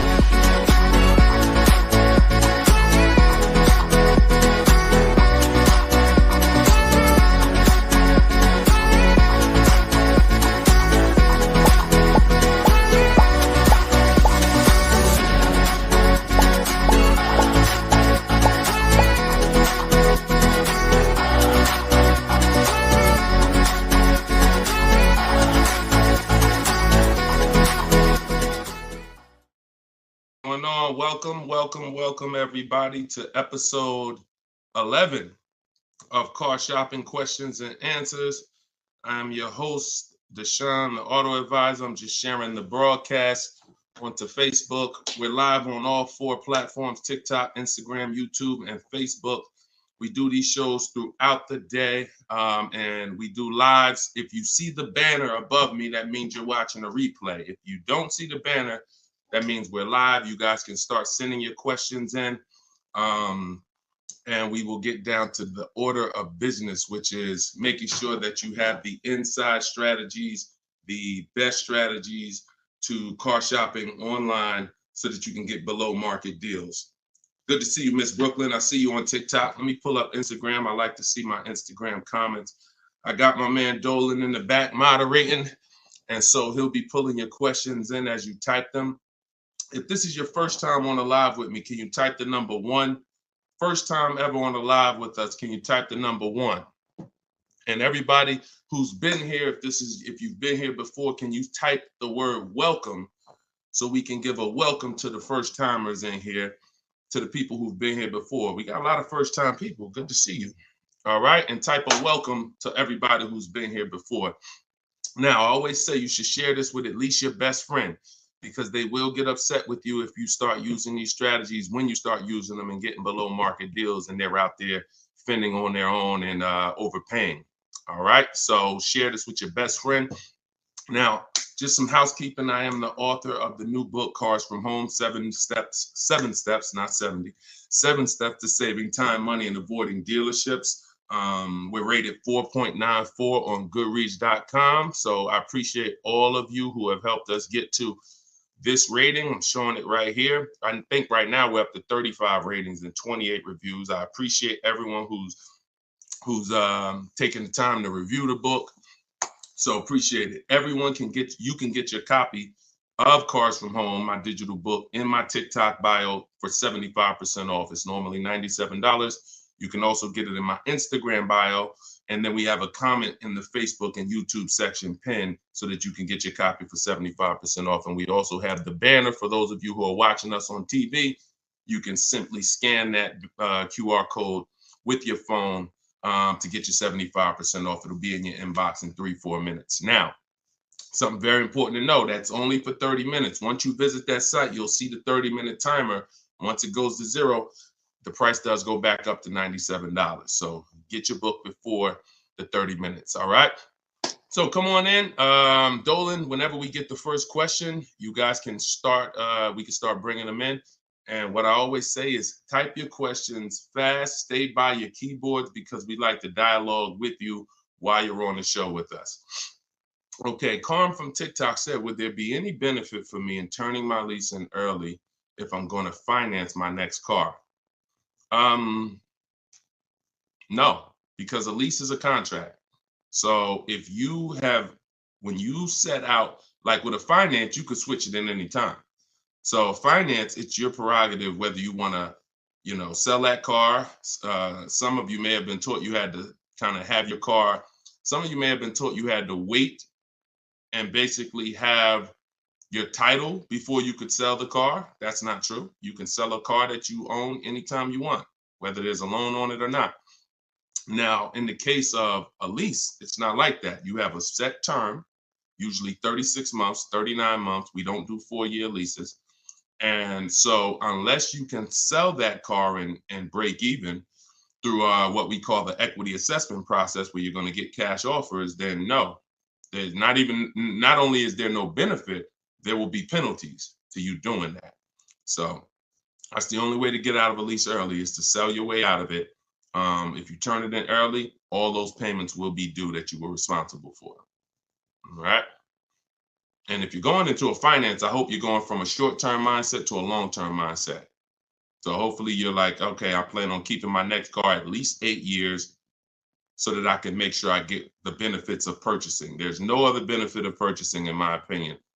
And look, if you guys want to throw some out there, there's no other benefit of purchasing besides the fact you can outlive the depreciation of a car. Paying the car off is not a benefit if you're still seeing massive depreciation. So if your car is losing thousands and thousands of value every year, thousands of dollars in value every year, but it's paid off, who cares? That's a loss. But with a purchase, you can hold on to the car long term, and then you'll outlive the depreciation to the point where the car is not losing value every year. It might lose a couple hundred. That's it, but not normal depreciation. So hopefully if you're switching from a lease to that, that's your mindset, okay? Nothing else makes sense, financial sense. All right, go ahead, Dolan. Next question. This one's from Instagram. Oh, wait, hold on. We got another one. Instagram. I extended my lease on my 2020 Jeep Grand Cherokee. I only pay about $270 and change a month, thinking I should buy it out. What are your thoughts? Why do we want to go from leases to buys? There are two totally different benefits. First of all, $270 a month, and I'm assuming you put money down, because even on a great lease deal, $270 a month is just not going to happen on a Jeep Grand Cherokee. So you paid that payment a little, you paid to get that payment a little bit, but yet and still, a lease is, the benefits of leasing are you're driving very expensive vehicles, brand new vehicles, $25,000, $30,000, $50,000, $100,000 vehicles for pennies on the dollar when you get great deals. You're literally driving them for 30%, 40% of what someone who purchases them is paying when you get great lease deals. What's the benefit of switching to a purchase?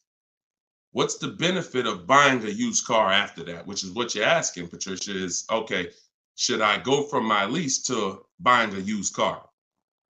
Because that's when you buy your lease, that's all it is. You're buying a 3-year-old used car. There's nothing different than that. So if you are of the mind, and also to get a payment that is relatively low on a lease, you got to take a long, when you buy out your lease, you got to take a 6-year loan, especially with today's interest rates. You're going to take a 6-year loan. So you're literally paying on a car for 9 years. You're committing to a 9-year payment on the same car. Think about that. If y'all enjoying it, y'all gonna spend some time with us. Could y'all tap the screen, keep running the likes up on TikTok? Appreciate you. All right, what's the benefit? So why are we doing this? And for the, all I do is I spend my time talking about numbers and thinking about financial ramifications, financial consequences of the decisions we make. And I try to explain them to you so that you can look down the road and see that this doesn't make financial sense for me to do this. So if you're looking at a $270 a month payment and you put money down, your best bet is going to be to shop for another vehicle, unless you want to keep the car a long time.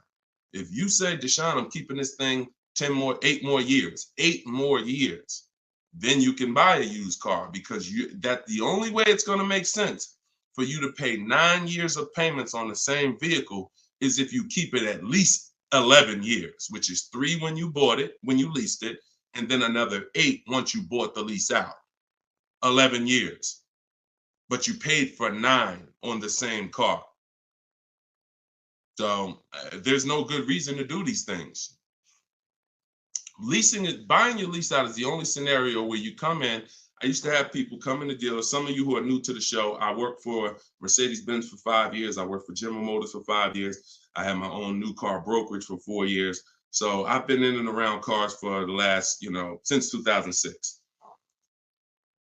People would come into the dealer and say, they had a car that they bought brand new. I want y'all to listen to this and stay by your keyboards, all right? Because I'm going to ask you a question. Somebody comes in a dealership, they're looking to replace their car. They say, Deshone, you know what? I want to trade this in for something different. I said, okay, how long have you had it? I had it about 5 years. Oh, so you bought it new? Yeah, I had it since it was new. Okay.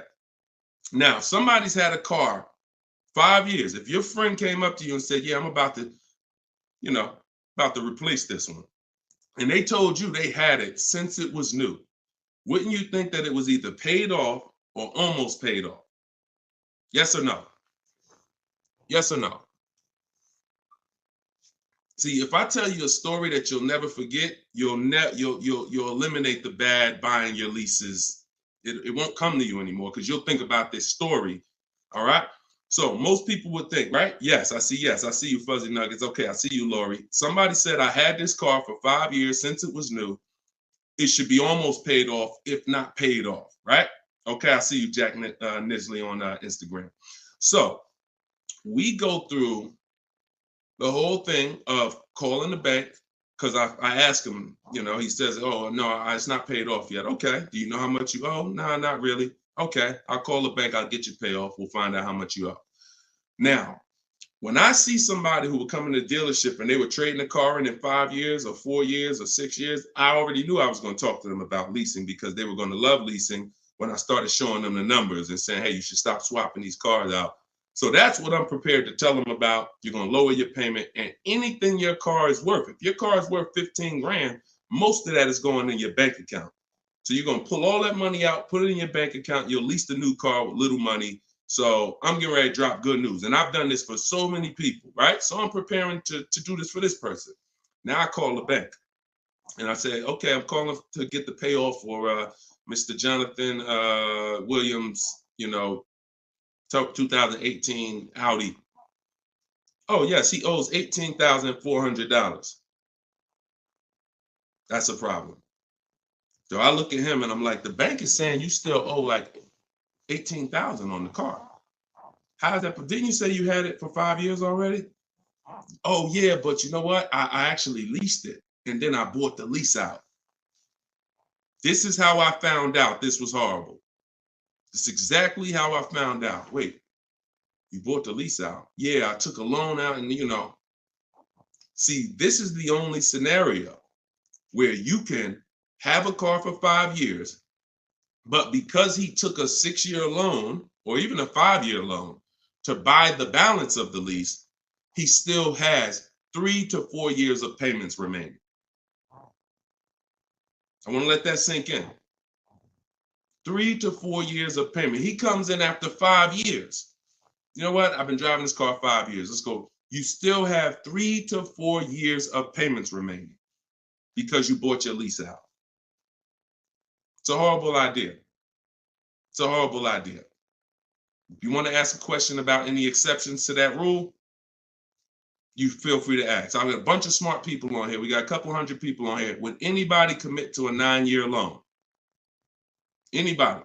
Anybody willing to raise their hand and say, hey, yeah, I'll buy a car, 9-year loan? Anybody? No, right? So this is what we have to understand. The buying the leases out is a horrible, horrible, horrible idea unless you are keeping it for another 8 years, because all you're doing is buying a used car. Now, the bad thing about that is you don't even have any excitement about the purchase when you start a new purchase, when you bought your lease out. So at least when you buy a used car, it's a new car to you. You've never been in it. It's like, okay, we got a new car. When you buy your lease out, you're already halfway tired of the car. But if you're a short-term person, you're not keeping your cars 8 years, there's no way you are going to keep that car long enough to have it make sense. No way. You've already been in it for 3 years. So what I'm trying to get you to understand is you need to pick a side. The people in the middle lose all the money. The people who buy their cars and keep them 8, 10, 12 years win. You still got to make sure you get a great price on the car. The people who get great lease deals win. Great lease deals, not regular lease deals. Win. There's two sides, but then this middle, those of you who buy your car and then you trade it in 3, 4, 5 years, you're in the middle. You're trading your car in when it's losing the most money in depreciation. You're losing thousands of dollars compared to these other two people. And those of you who are buying your lease out, you're paying too long on these cars that you're not going to keep long enough to have it make sense. You're in the middle, stuck in the middle. Pick one side and stick to it. And the way you do that is to ask yourself, every time you're about to get a car, how many years am I going to keep this car? Very simple. 8 years or more, I'm purchasing. 7 years or less, I'm shopping for great lease deals. That's how you get out of the middle. That's how you win. By the numbers. And I'll show you people throughout the show that you see these numbers don't lie. Go ahead, Dolan, shoot the next one out. All right. Let's talk about the black book and how dealers use it as an advantage to ask higher prices. In what way? Okay. Black book, most consumers are not even aware of. So when it comes to black book is a tool that dealers would be using, if anything, and consumers are not going to be aware of it. Now, when I've never in my life buying a car needed to focus on what the black book says, because I don't focus on algorithms. I focus on offers and bids. Offers and bids. Even when you go on those websites where you're shopping for used cars, because this is a used car question, you'll see Car Gurus, Kelly, Auto Trader, Cars.com. They give you a algorithm-based opinion.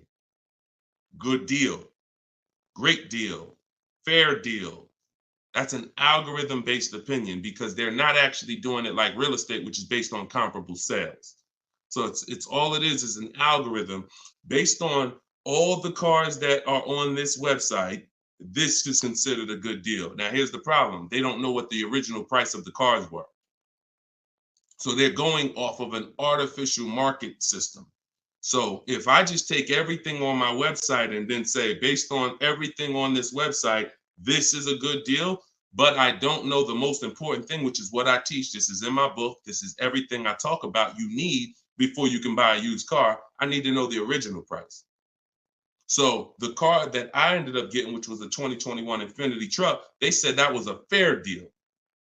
I'm looking at it, and that's why I ignored it. So I don't even pay attention to it. But when I'm looking at these top 4 Infiniti trucks, they all look the same. They're all white. They're all the same year, 2020 at the time. It was 3 years old at the time. They're all within a couple miles, 26,000 miles to 36,000 miles, similar miles. So, and they're all asking between 30 and 32,000. So that's confusing for someone who's going to, now that's why they give you the algorithm, because what they're going to try to do is try to end the confusion so that you don't stay there and you buy something. But no, what you need to do is you need to get the original window sticker of the car. Now, Carfax has agreements with some dealers, some brands. But once I got the original window sticker, here's how the clarity comes in. What I just told you is the scenario that most of you who shop for used cars online, you've encountered that. I'm looking at 4 cars. They all look similar miles. They're all asking within, $1,800 of each other. How do I pick the right one? Right? Normal question. Once I got the original window stickers, what do I see? Well, one of them is $46,000 brand new. One of them is $48,000 brand new. One of them is $52,000 brand new. One of them is $54,000 brand new. And that's the one I got. Type clear if that just clicked for you. See, when I'm looking at the algorithm-based price, now you're telling me, oh, well, these cars are within $2,000 of each other. So really, no matter which one you pick, you really did okay.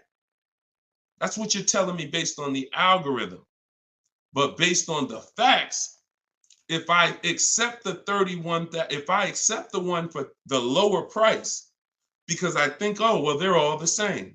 But that's the one that was $46,000 brand new. And the other one that was $54,000 brand new, that had all this special equipment in it and features and all types of nice stuff in it, that one they were asking $1,500 more. So I lost if I picked that lower price one. That's why we don't get stuck on these algorithms and black books and anything like that. We go to the market, we see what the low side of the market is, and then we're going to obtain the Carfax. I have a couple ways that I like to do it. Either through the dealer's website. I'm going to get the original window sticker of the car, and I'm not going to buy a used car without having the original window sticker of the car. How do I know what's in the car?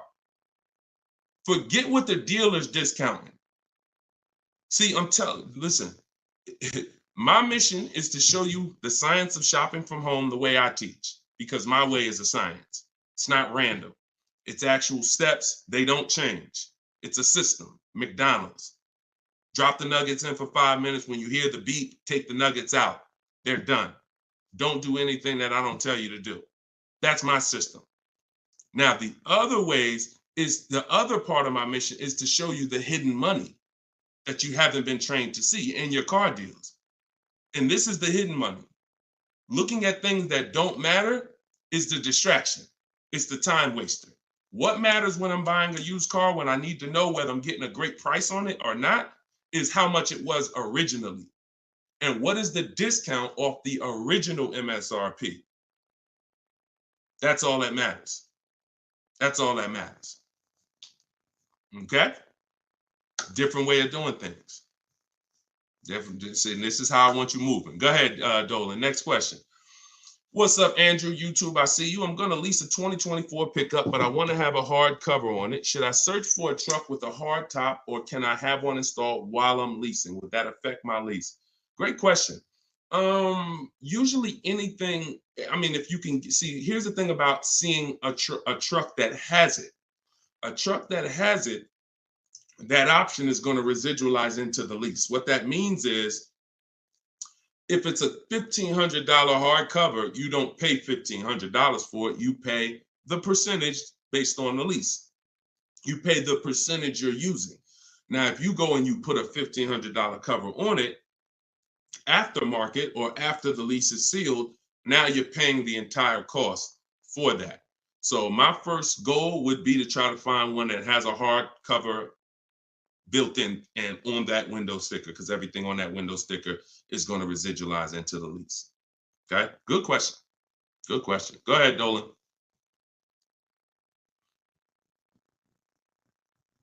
Okay, and we're live, y'all. Just so you know, I know some of you may have seen our broadcast because we rebroadcast these shows all day, but we are live. Today is our Wednesday 12 p.m. show and Eastern time, so you can ask your questions. We'll get through as many of them as we can. All right, Instagram, what's going on? When you negotiate a lease, are you negotiating the price of the car or the lease payment? Okay, so here's the format you're going to use when you are getting your lease offers. Before you start negotiating, you must have the format you're going to use. Oh, I see y'all running the likes up on TikTok. Every time y'all hear something that you like, if you could just tap the screen, that would be great. And wherever you're at, if you could hit the like button, I see we got 2 likes. That's pretty sad, but it's all good. I'm thankful for the 2 likes on Facebook and YouTube. No, I think that's Facebook. But anyway, a lot of you don't realize how important the like button is, because it sends an alert out. So anyway, we look, now they're running them up on Facebook. I gotta start asking for the likes on Facebook too. All right, so this is the format you're gonna use when you are okay. So let's say I'm purchasing a car, new car, used car. My format is always offers all in, taxes, plates, everything included. That's the format. Forget negotiation. If you have the wrong format, then you're gonna not be strong. You're not gonna be able to have a good, negotiation. So if I say I'm gonna negotiate the monthly payment on a purchase, I'm setting myself up for failure. So we focus on the price of the car when we're buying. With a lease, though, it's different. A lease, the format we follow is, and it's based on the 1% rule. The 1% rule is what was used to basically, the 1% rule was a judge for great lease deals since before I even got in the car business. I don't know how early I heard about the 1% rule, but the people who had been leasing, savvy leasers, people who knew their stuff, they knew about the 1% rule. So if your payment was 1% of the MSRP, no money out of pocket, then you just won. You stole the car. So great value. You're paying $400 a month for a $40,000 car, 3 years. You're paying like 15 grand. It's ridiculous to drive that much car for that low amount. Now, ever since so let's continue. Hold on. So that's the format we want to follow, because what we're now trying to see is it going to be a great deal? A steal, which is under 1%, is a steal. I call 1% to 1.5% a great deal, and then over 1.5% is a bad lease deal. So we're looking to see but we need to follow that formula, that format, so that we can judge. And what that is we get our offers with first month's payment total out of pocket. Listen, we do not say the word down payment anymore. I want you to eliminate down payment. When you're shopping, I want you to eliminate the word down payment, because who's had this happen? Be honest. You come in, you're talking to a car salesman, you're like, okay, I can put $2,000 down. Now, later on in that transaction, you end up finding out that the $2,000 down didn't include tax, didn't include the fees, and now they're asking you, well, how do you want to take care of those? Who's had that happen? Type me if you've had that happen. Oh, I thought that included everything. Now, I thought, 2,000 was like, or they'll look at you and give you a quote and say, okay, your quote is 2,000 down, X amount per month. And then you get up there and you say, hey, oh, yeah, it's 2,000 down, but you got to pay for your plates, and then you got to pay for the taxes, or do you want to put those in the payment? So whenever you leave these things to chance, you leave an opportunity for you to, be surprised, and we don't like surprises. So what we say is total out of pocket or total due at signing. Either way, this is the amount that I'm coming out of pocket with. Everything else needs to be included. So we're doing our lease quotes with total out of pocket, only our first payment. Because when you lease, you pay your first payment and then you drive off. It's not like a purchase where the payment comes 45 days later. It's pay your first month's lease payment, then you drive. So that's all we are paying. That's it. First month's lease payment. Now, I'm not telling you that's all we will pay finally. You can keep that question up, Dolan. I'm not telling, because I want people to know that what question I'm answering, even though it might take 2, 3, 4 minutes to answer it. So there's plenty of scenarios where we are going to put money down. Once we have a great deal, we might want to lower that payment. So there's nothing wrong with putting money down as long as you know the risk and as long as you know, okay, I already got a great deal. You can't buy your way to a great deal with a down payment. You can't say, oh man, I don't like this deal. Man, all right, show me what it looks like with $5,000 down. And then they're like, oh, okay, yeah, I like that payment better. Let's do that. No, you're trying to buy a deal. You have a deal before the down payment comes in. The deal is based on how much of the car, that 1%, 1.5%, 1.2%, under 1%, that's the deal. If you're at 1.7%, just because you gave them $4,000 down and now it's at 1.5, no, that's not how we judge it. You bought your way to that payment. You're paying overall too much for the car. So that's the format we use. First month's payment total out of pocket, 12,000 miles per year, all taxes and fees rolled in, and we get at least 5 quotes. At least 5. You are not going to get to the money without at least 5 quotes. It's not going to happen.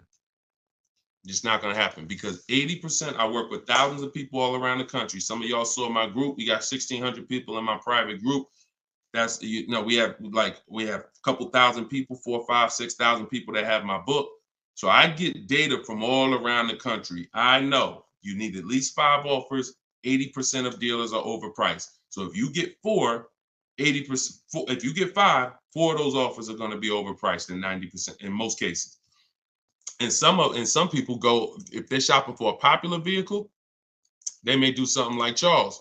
Charles was shopping for a Palisade. He knows that's a popular truck. He got 10 offers. And when you use what's in my book, for all of you who like Deshone, I want that book. It's $24 if you get there for the 75% off.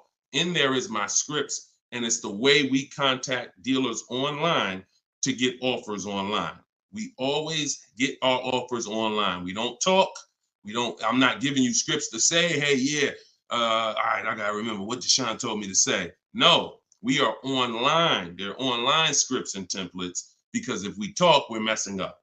Whenever we're talking to a salesman about numbers, you're not following what I teach, because I'm never going to be in that position. I'm never going to tell somebody to be in that position. Everything we do is online, but you must get 5 offers at least. And you see, Charles got the Palisade, $48,000 truck, $597 a month.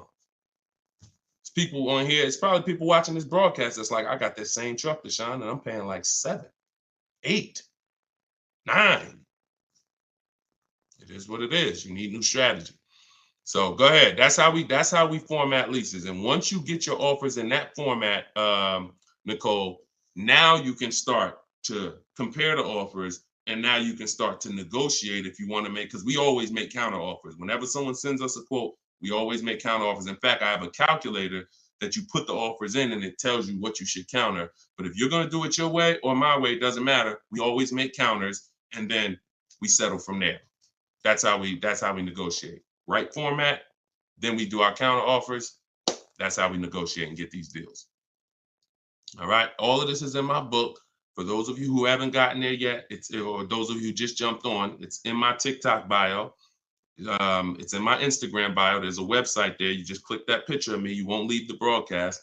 Click the link in my bio and click the button that says 75% off the new book, and you'll have your copy in your inbox. You can use all of this stuff forever.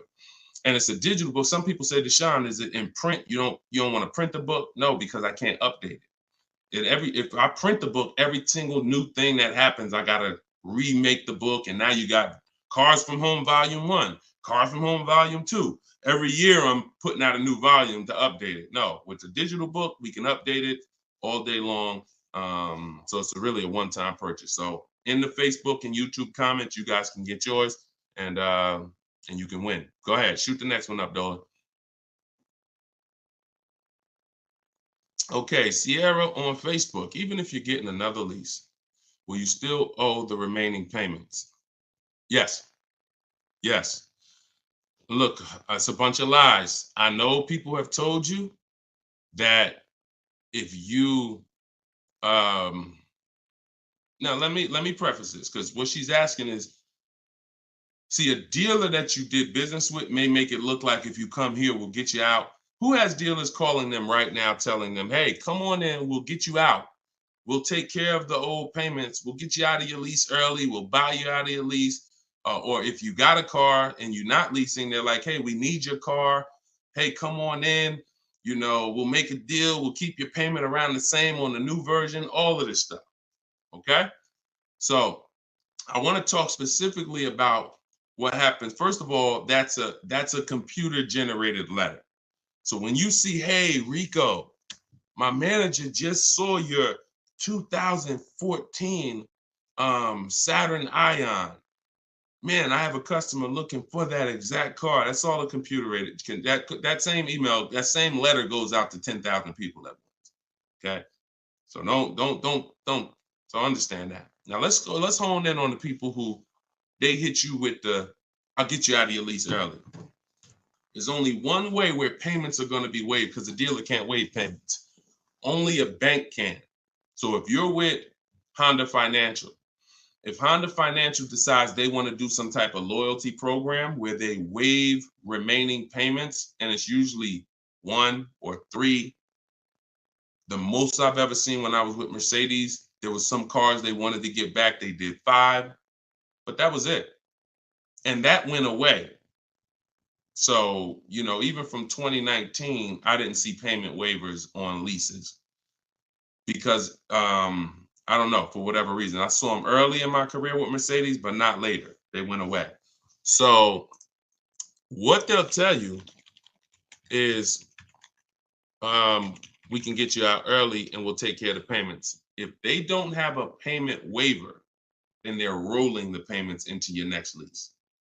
And what they'll depend on is you're just so desperate for a new car that you'll just take it and you won't ask any questions. But when you shop the way I'm telling you to shop, which is we don't give our old car to the dealer until we make sure we can't make money. We don't just drop off a lease at a dealership. We do an equity assessment to see if there's any money in the lease that we want to make sure we don't give to the dealer.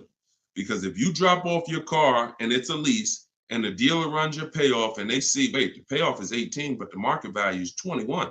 Let's buy that. We'll make that and we'll keep that 3,000.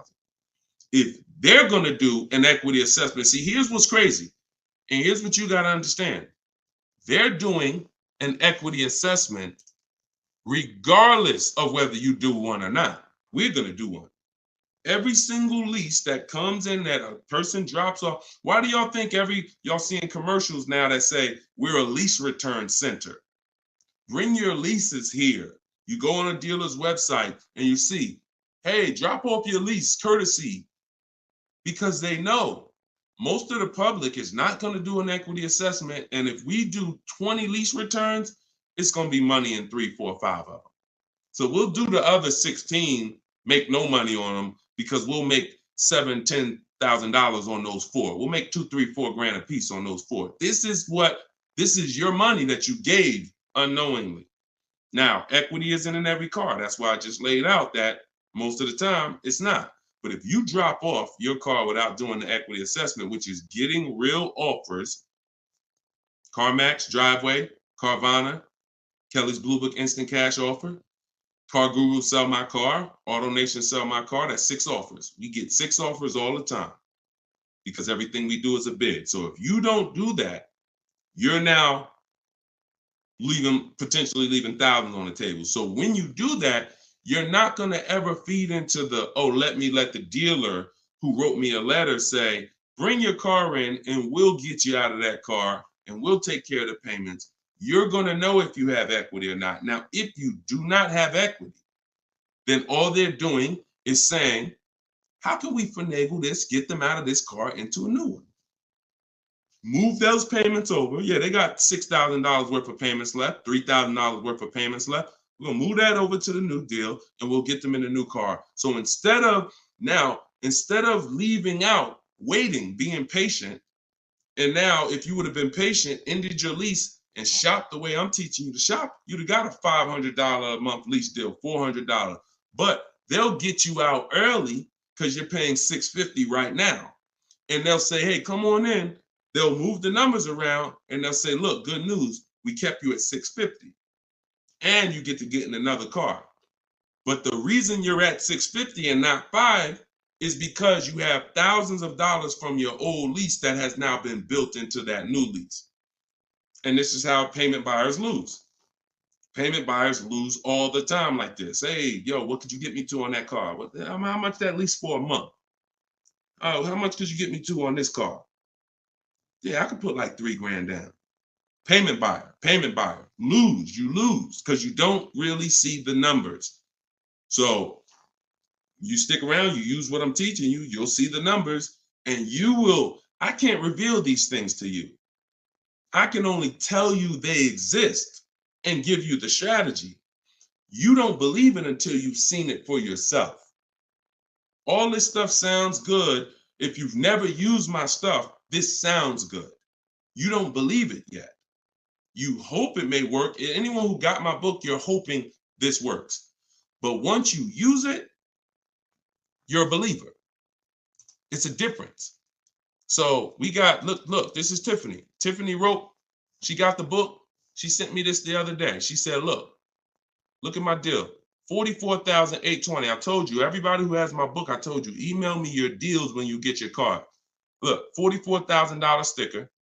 She got a $6,530 discount.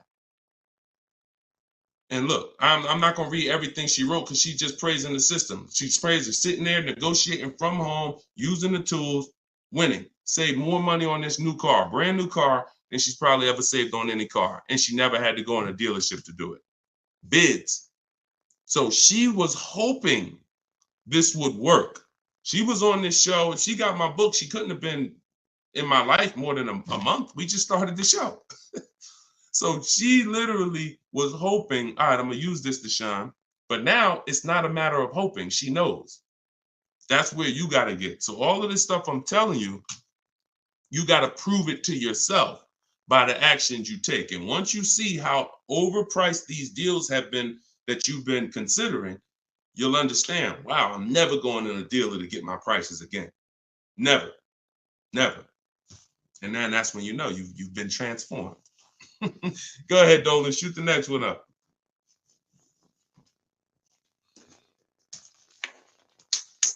All right, Instagram. What's the best advice you can give to get the best deal on buying a car cash from a dealer? Forget how you're paying for it. Get bids. How you're paying for the car does not matter. See, people will walk in. If you walk into an 80% dealer with cash in your pocket, you're going to lose. Vicky, it's in my TikTok bio. She said, I want your book. Just click that picture of me. You won't even leave the broadcast. Everybody on Instagram, click the picture of me at the top. You'll see a website there, a little link. Click that. Get your book in literally 60 seconds and you come back to the broadcast. So how you're paying for the car does not matter. So people walk in and say, yeah, look, I'm paying cash. What's the best price you could do on this car? If you're in an 80% dealer, you there's nothing you can do.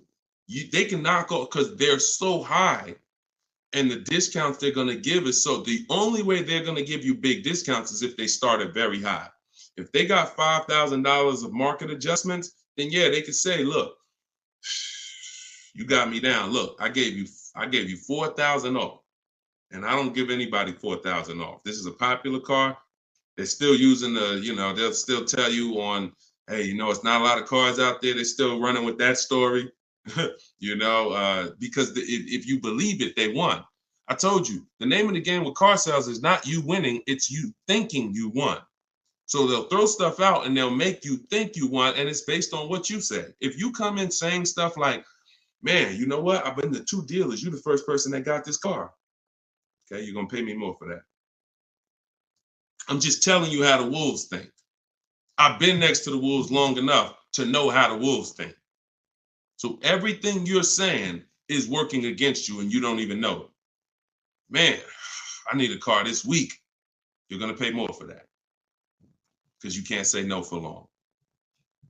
Oh, I need shoot, man, I went to another dealer, man. They gave me this quote. That quote was so high, I was like, nah, I'm not buying from them. Okay, I'll be a little lower than them, but not much lower.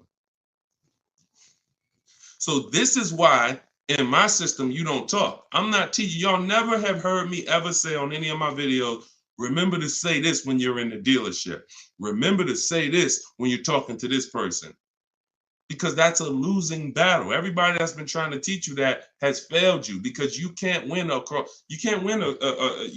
with a trained salesperson that sells cars 5-6 days a week, negotiates 3-4 times, probably 10-15 times a week.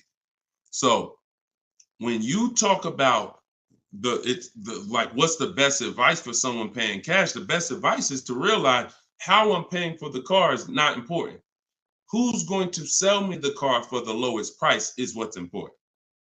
If I'm buying a used car, who's going to sell me this used car for the lowest price? That's what's important. If I'm buying a brand new car, which dealer out of all the Nissan dealers, I want a Nissan, which Nissan dealer is going to sell me this car for the lowest price? That's what's important. That's what's important. Separate the transaction, separate the acquisition of the car. And then I would tell you the same thing if you were talking about monthly payments. Monthly payments is not important. What's a good monthly payment on this car that I want? Before you think about the loan that you're putting on the car, which is what you're talking about, which is why we separate our transactions. We get bids when we sell our car because we don't trade. We get bids when we're buying our cars. We get bids when we're getting our loans. Separately. See, car dealers have taught you to give them 3 transactions. You're going to buy a car, you're going to trade your car into us, and you're going to give us the loan. That's 3 transactions. There's money in each one of them. So any transaction that there's money in, we're bidding it out. So if you were like, hey, what's a good monthly payment on this car I'm looking for? I would be like, monthly payment is important. The loan isn't important. The dealer who's going to sell you the car for the lowest price, beat all their competition, give you the largest discount. That's what's important. Then you drop the money. Clear? If we clear, if y'all clear, if we're following, if you're getting value out of the show so far, if you're loving the show, type a $ and let me know. All right, Dolan, next question. If you're getting value, everybody following, type $ if you follow. Skinner, what's up, my man? Good to see you. Okay. All right, this is Miss Brooklyn. All right, I see you. Maxine, I see you. TikTok, Glenn Wright, I see you. All right. Hold on 1 second. Instagram went down for a second. I like to get them down here. All right, I see you, Simply Elegant NJ. Okay, so Miss Brooklyn on TikTok. May I ask, my lease got totaled. Is there any good in that? I have 4 months left on my lease. Not really. The only time it's good when the lease gets totaled is if you rolled a lot of negative equity into that lease to get out of it. So if I went from a finance and I had a bunch of, many of you, once you learn that, if not leasing has cost you money, and big money. I cannot downplay this. Big, huge money, thousands of dollars, probably $4 or $5 grand every single car. Plus, you're not driving the cars you could be driving. So on top of that, just the money you lose is $4 or $5 grand. Then the cars that you're not driving is you can't put a price on that. You're driving an older car versus somebody who's driving brand new cars that are under warranty. So, but many of you, once you find out that you bought into a lot of bad advice about leasing, you're like, and we've had those questions come on the stream very regularly. Deshaun, should I wait? I know I need to lease now. I need to be leasing, but should I wait or should I just transition now? It's always transition now. There's no benefit of waiting once you know you're not keeping your car 8 years. You're not going to outlive the depreciation. I need to be moving into a lease now, into a better financial structure, better vehicle. So if you move, some of you, when that happens, you're going to have 3, 4, 7 grand of negative equity that you're moving over because you're a short-term person. That's the only benefit if the lease is total, because all that negative equity gets wiped out and you get to start fresh. Now, if you put money down on a lease, these are the risks of putting money down on leases, and you need to know them. If your car is totaled or stolen and not recovered, you don't get the money back. So it's very important to assess the risk. I talk about this in my book. I talk about everything in my book. There's nothing that I'm talking about on this show that's not in my step-by-step book. So in fact, everything I'm teaching you is out of my book. So when you look and say, all right, should I put money down? Then you assess your risk. How many vehicles have you had stolen in your life? If the answer is 0, then chances are you won't have a vehicle stolen. If you say, man, I've had 2, 3 vehicles stolen, then I wouldn't put money down. I wouldn't put a lot of money down because the odds of you getting another vehicle stolen seem to be high. And if your vehicle gets stolen and they don't find it and you put $5 grand down on your lease, you're not getting the money back. Now, the opposite, the other end is if the vehicle's totaled, like you experienced, Ms. Brooklyn. If the vehicle's totaled and you put $5 grand down, you don't get the money back. So you ask yourself, how easy is the vehicle to total? If you got a Honda Civic, a Toyota Corolla, small SUV, something that's easy to total, then I wouldn't be putting money down on that lease. I wouldn't put a lot of money down. I've had people put money down on SUVs and bigger sedans and bigger, S-classes. When I was at Mercedes, people would lease S-class for like $1,400 a month. They put money down to lower the payment. I've had people put 7, 8, 9, 10 grand down on a lease on an S-class because they know it's hard to total an S-class. Like you have to be in, God forbid, a once in a lifetime accident to total an S-class. So that's what you do to assess your risk. And what you're doing is you're always shopping your leases with only first month's payment due at signing. Because if you can get a car that has everything you want, and once you get all your offers, if the monthly payment's in your budget with no money out of pocket, then that's what I would do all day long. That's what I would do all day long. But sometimes people will get like a lease and it's a great deal. It's under 1.5%, but they're like, you know what? Payment is like $600. I want to lower that to like $500, and they'll put $3 grand down to lower it, $3,500 down to lower it to $500. But that's a decision you make only after you assess the risk. But in your particular case, if you didn't put a lot of money down, then no, you're just going to start fresh. You're going to shop for your lease, and that's it. Good question. All right. Yes, under 1%, we call that a steal, Skinner. Absolutely. That is a steal, not a deal. Go ahead. And we get steals. Some people may say, look, man, how do you see steals? We already know. Look, we get steals. When you get bids, you'll see some steals depending on the lease program. Farina just got her Jeep Grand Cherokee, $66,000 Jeep Grand Cherokee, $579 a month. $579 a month.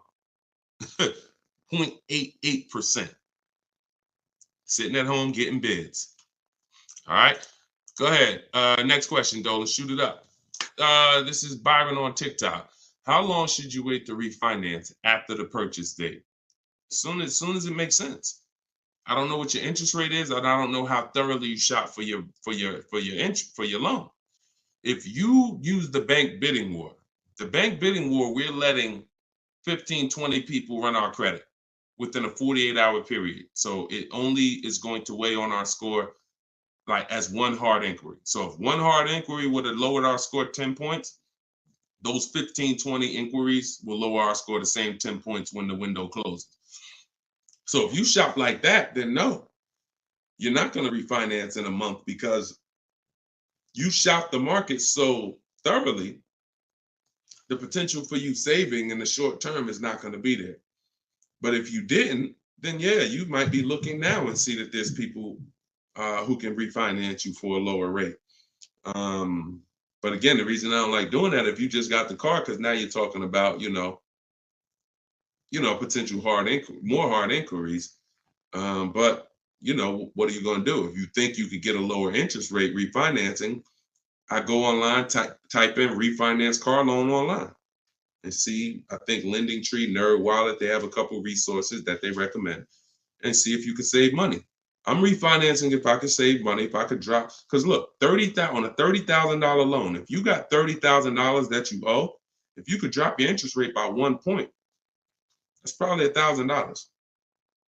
So, I mean, if you're not taking the shopping of your interest and your loans, that's why we bid this out. In my book, not only, and I have a section when I send it, it's called the Bank Bidding War. So I haven't combined it into my book yet. But for those who are financing, I'm going to restructure the book. Again, another update coming of the book, because that's what we do. And I'm going to add the Bank Bidding War to the book. But I don't want you, if you go online and you see that you can refinance and you can drop your interest rate, then do it. But I always tell people, don't just take a long loan, because what they'll try to do is tell you and what you can fall for. Because if you just get hung up on the monthly payment, they'll tell you, well, if you take a 5-year or 6-year loan, refinance it to 6 years, your payment goes from $490 a month to $350, and you're like, okay, give me that. But if you've already been paying for for a year, now you refinance for 6 years, now you got 7 years. So you want to look at the total amount. So here's the rule of thumb that I like to follow. You can use it if you want. You're free to do what you want, but I think it's a good rule. You refinance and you take the highest payment you could afford at the new low interest rate. So if you could afford the $500, no problem, then take the $500. That might be 4 years. If you could afford, don't go to the lowest payment. Go to the highest payment you could comfortably afford, because that's going to give you the shortest loan. And other than that, that's it. That's it. Go ahead, Dolan. Kevin from Instagram, what's going on? Does your credit score guarantee you a great deal? No, absolutely not. There's tons of people for the last 3 years. Strategy guarantees you a great deal. Strategy. We get below market deals. There's no one using what I'm teaching. There's no one using what's in my book that's following my strategies and that's not getting below market deals, because we see the market. You can't get below market deals if you don't even see the market. How you going to get below market deals? You got one offer. You got 2 offers. You get what I'm saying? How do you know what the market is?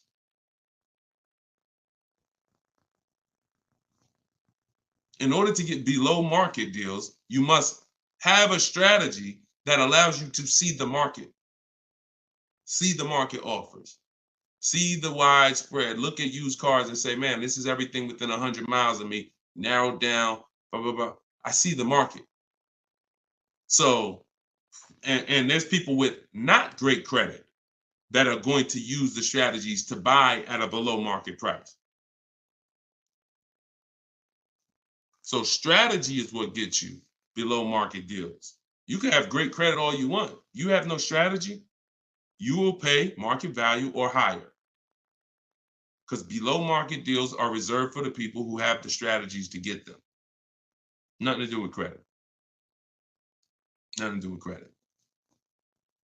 I tell you, if you have bad credit, your goal should be the only people I'm overpaying, and I'm not overpaying because it's all I qualify for, is my loan. My bad credit is not between me and the dealer I'm buying my car from. My bad credit is between me and the person who's lending me the money to buy the car.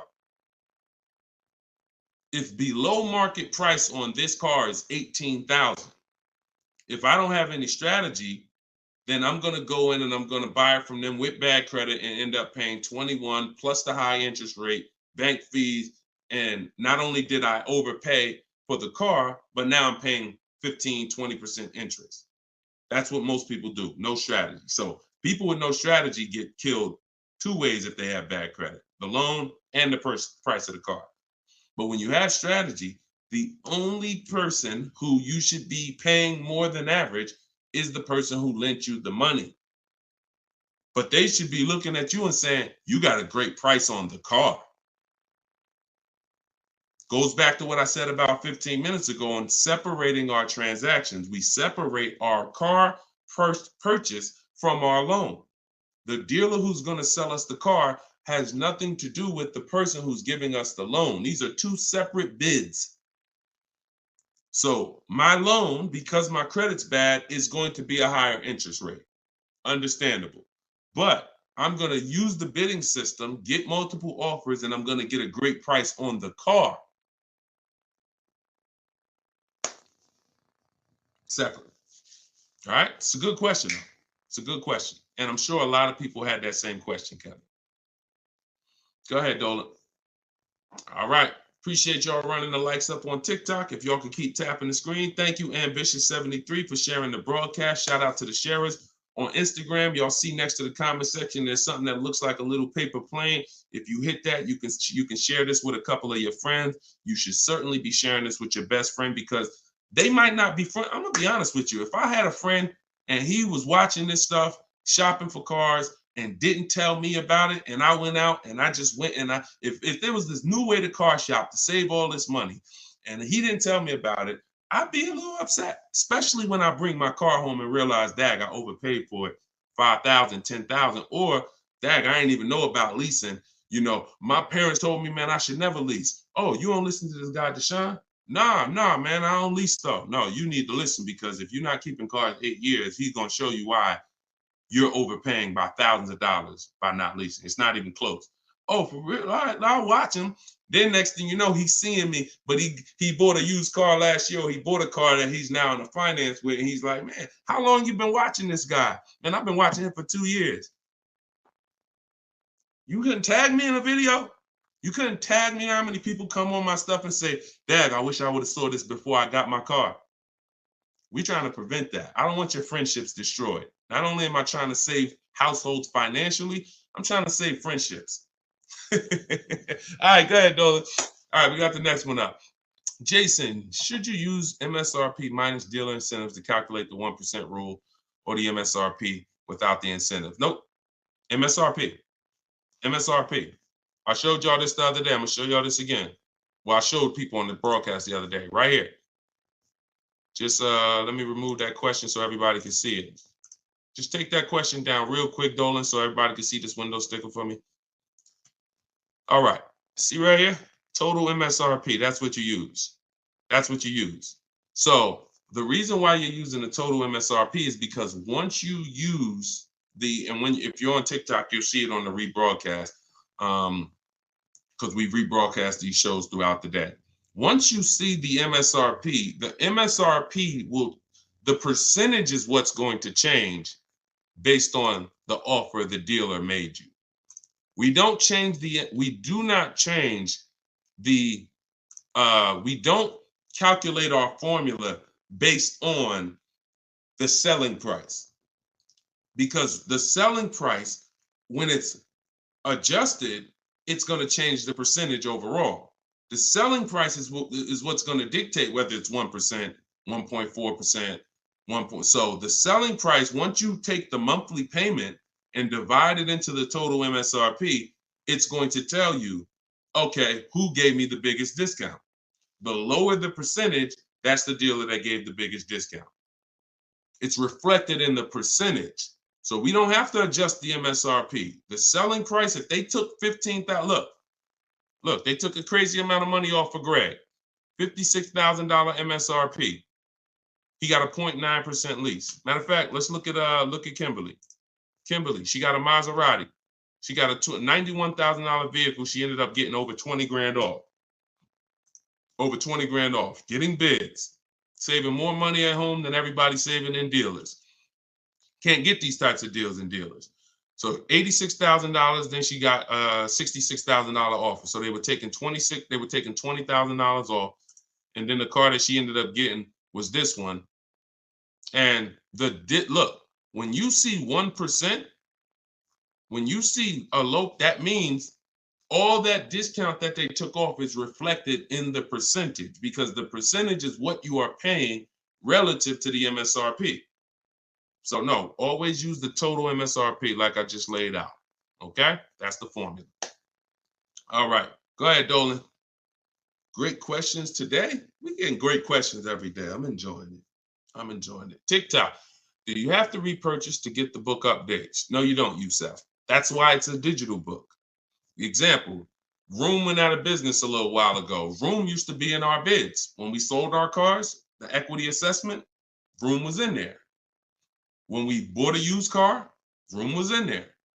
So they were in our bids for the marketplaces and for our selling our cars. They went out of business. I went right into the master file, updated it. That's why when you get your book, an email is sent to you with the master file. You don't want to ever lose that email. Even when you download the book to your computer or your phone, don't delete the email, because the email is what I update that will actually be what you refer to. So when you come back a year from now and you use it, you'll see, oh, shoot, this is different. Yeah, because we update this. So yeah, once you get it, that's why it's a digital book. That's why I didn't print it.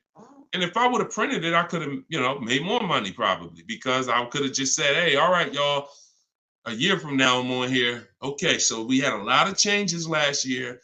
This coming with our business, and now this new tool exists, and now this. So now this is Cars from Home Volume 2, and you can get it right now, but that's not the mission. So, but there is probably going to come a point where I'm not doing the 75% off anymore. I know that's our welcome offer. So, I mean, those of you who come on and look, $97, we've had people pay $97, not ask any questions, because if they use the book, they're not even asking any questions. If they use the book, it's like $97. I would have paid $900 if I knew what this book was going to do for me. So they're not hung up over $70-something difference. But I will at some point probably do away with the 75% off offer once we really launch and get enough books out there in the marketplace. So, but for now, you can get yours for 75% off in my TikTok bio, in my Instagram bio. It's my new digital book, Cars from Home, 7 Steps to Saving Time, Money, and Avoiding Dealers. Here we are on Goodreads. Thank you to everybody who's reviewed the book. And if you haven't reviewed the book and you used it, please go to Goodreads and add to our 5-star reviews. I appreciate you. And then we have a comment in YouTube and Facebook in the comment section where you guys can get yours. Or go to DeshonesBook.com. Get your 75% off before the timer expires. You got 30 minutes. All right, go ahead, Dolan. Valerie on Facebook. In leasing cars, can I do personal modifications? Great question. I'm an amputee. I have to drive with my left foot, so I need a left gas foot accelerator installed in order for me to drive. Can I do that modification on a lease car? That's a great question. Anything that can be restored back to factory, then you can do it. Like if you are going to, now you tents, they don't require you take off tents because some people like, that's a serious question. Can I tent my car on a lease? Sure. They don't usually sweat tents. But things that really like are changing the makeup of the car like this, it depends on if this is removable or not. If it's removable, then of course. If it's not, and it's a permanent adjustment, then I would say no, because they're going to bill you for that. And so what I would do if I'm you is I would only be, if you're not keeping your cars 8 years, now the mission is still to beat depreciation. So you don't want to buy your car, especially you, because you're making a custom update that will lower the value of the car. So whatever car you buy, Valerie, let's say your car's value would have been like this, going down over a 3 or 4 or 5 year period. Because of this adjustment you're making, it's going to go like this. Because if that update that you're making can't be removed, then you lower the amount of people who are interested in that car when you go to resell it. So what I would tell you, if you're not keeping cars 8 years, then you should only be buying pre-owned cars. That's going to be your smallest losses. Don't buy new, because when you, again, buying new and you doing your modifications on them, you're going to destroy the value of the car. You're going to lose so much money in depreciation and resale. So I would only be shopping for a used car if I'm you, unless there's a way for you to remove the modifications once you do them. Even if it costs you $1,000 to remove them, you're up, because the amount of money you're going to lose by doing that type of modification. I say the same thing to people who like to put, big exhaust systems on their cars. That's valuable to you, but you're lowering the value of the car because that's not valuable to most buyers. So if you spend $3,000, $4,000 on a fancy exhaust system and all of that, not only are you not getting that money back, you're lowering the car's value overall. So in your particular case, that's what you do. See if you can pay to get that car restored back. I do that all day long. And then I would lease. And before I turn the lease in, I would pay the money to restore it back to stock. Okay, that's a couple options, and you choose what works for you. Okay, all right, good question. All right, trying to buy the book. Link to the site is not loading. Just go to deshonsbook.com. deshonsbook.com. And you can spell my name out. You can open it in the browser. I'm not sure why we got a lot of people that go to TikTok and get their book. So I haven't heard that, but if you're having issues, then don't let small obstacles stop you. Just go to deshonsbook.com and get you 75% off. Okay, this one is from YouTube. Is it better to get a loan from a bank that you choose, or is it better to use dealerships bank? We get bids. So I created a process called the bank bidding war. Now there's so much money in your loans. There's companies that want to give loans. They don't sell cars. So that should tell you something. If there's plenty of companies in this world that want to loan money, they don't sell cars, then that should tell you there's a lot of money in the loans. So what we're doing is we're doing a bidding war, because everything we do not shake hands with anybody without a bid on anything. I'm not giving my old car to you without a bid. I'm not getting a loan from you without you winning a bid. I'm not buying a new or used car from you without you winning a bid. So we're not doing the bidding process until after we find the dealer who's going to sell us the car. Once we find the dealer who's going to sell us the car, won the bid, one dealer who says, okay, I beat all my competition, now we're buying from them. We are going to lock up that car with a deposit, and we're going to go home and we're going to start the bidding war. So the bidding war is 3 rounds. It starts before we look for the car, because we want to see if there's any special interest rates. So if I'm shopping for a car, round 1 of the bank bidding war, this is also in my book. And as I said, when you get your book, you'll actually see I'm sending you 2 files. I'm sending you the book. I'm sending you the bank bidding war blueprint separately, because I haven't added it to my book yet. But Round one is to see if there's any special interest rates, because if the car I'm looking at has a 0% interest rate from the manufacturer, or 0.99% or 1.99%, everything else is eliminated. There's no reason for me to look anywhere else. Now, we always have to see what the term is, because sometimes they'll say 0% for 36 months.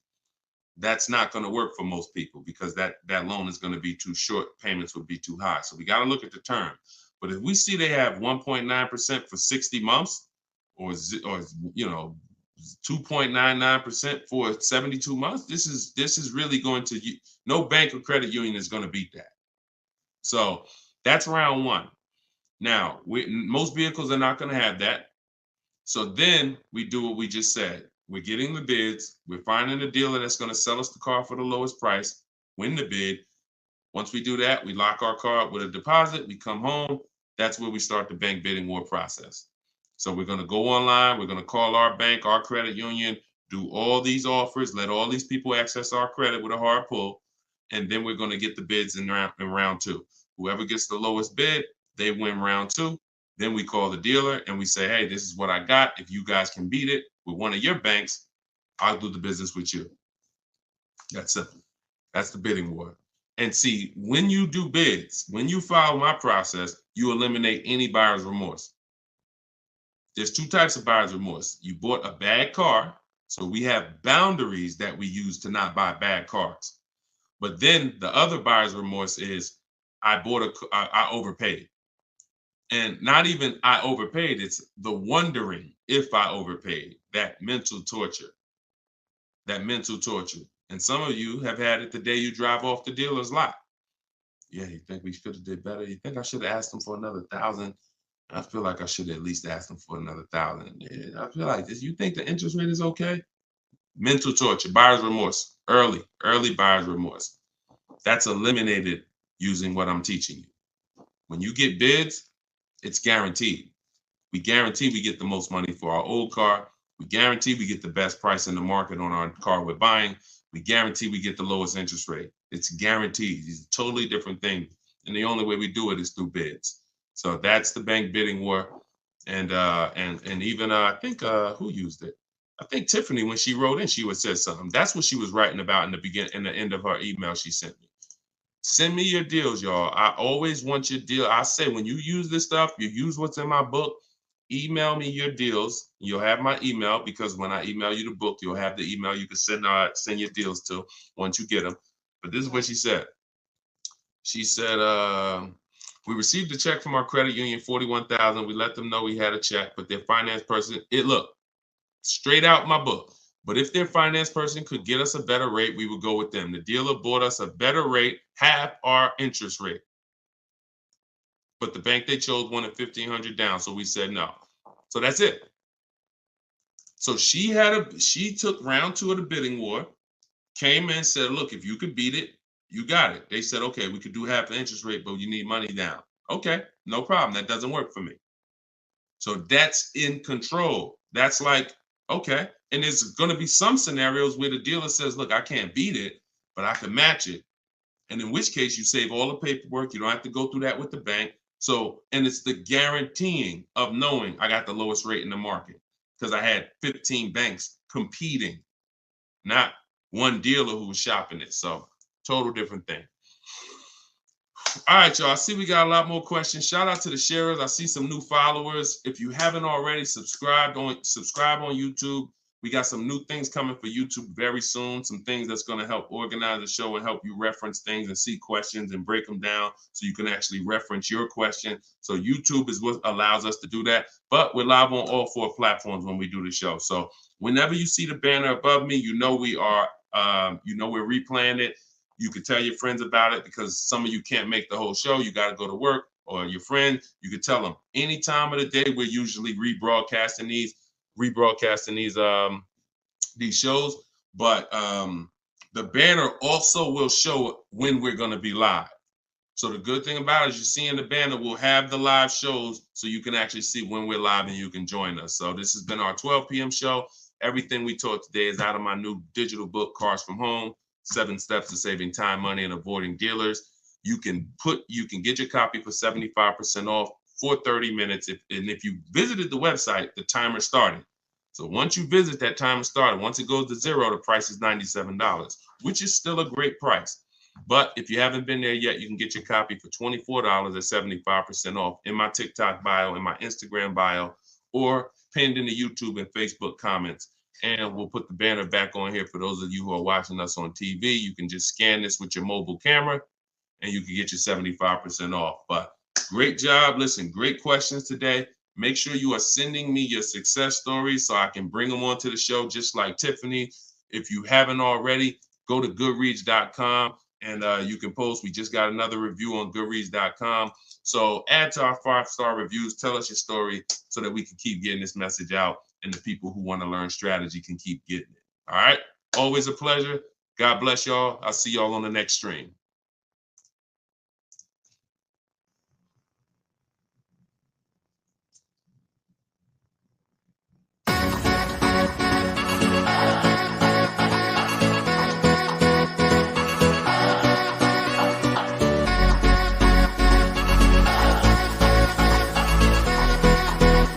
The worst possible thing you could say when you walk into a car dealership. I spent 5 years with Mercedes-Benz, 5 with General Motors, and the worst thing a person could say when they walk in is, if you could just get me to this payment, we got a deal.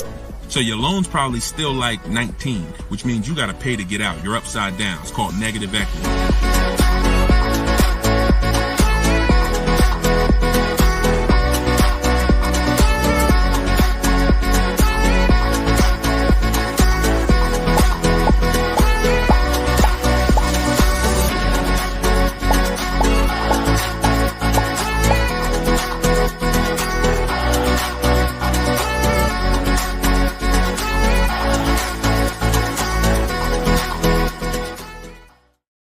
What's up, everybody? Welcome back to Car Shopping Questions and Answers. I'm your host, Deshone the Auto Advisor. This is episode 12, and we do these live shows to make sure that those who are committed to financial literacy get the insider strategies they need to get below market car deals. And the only way you're going to do that is by using strategy.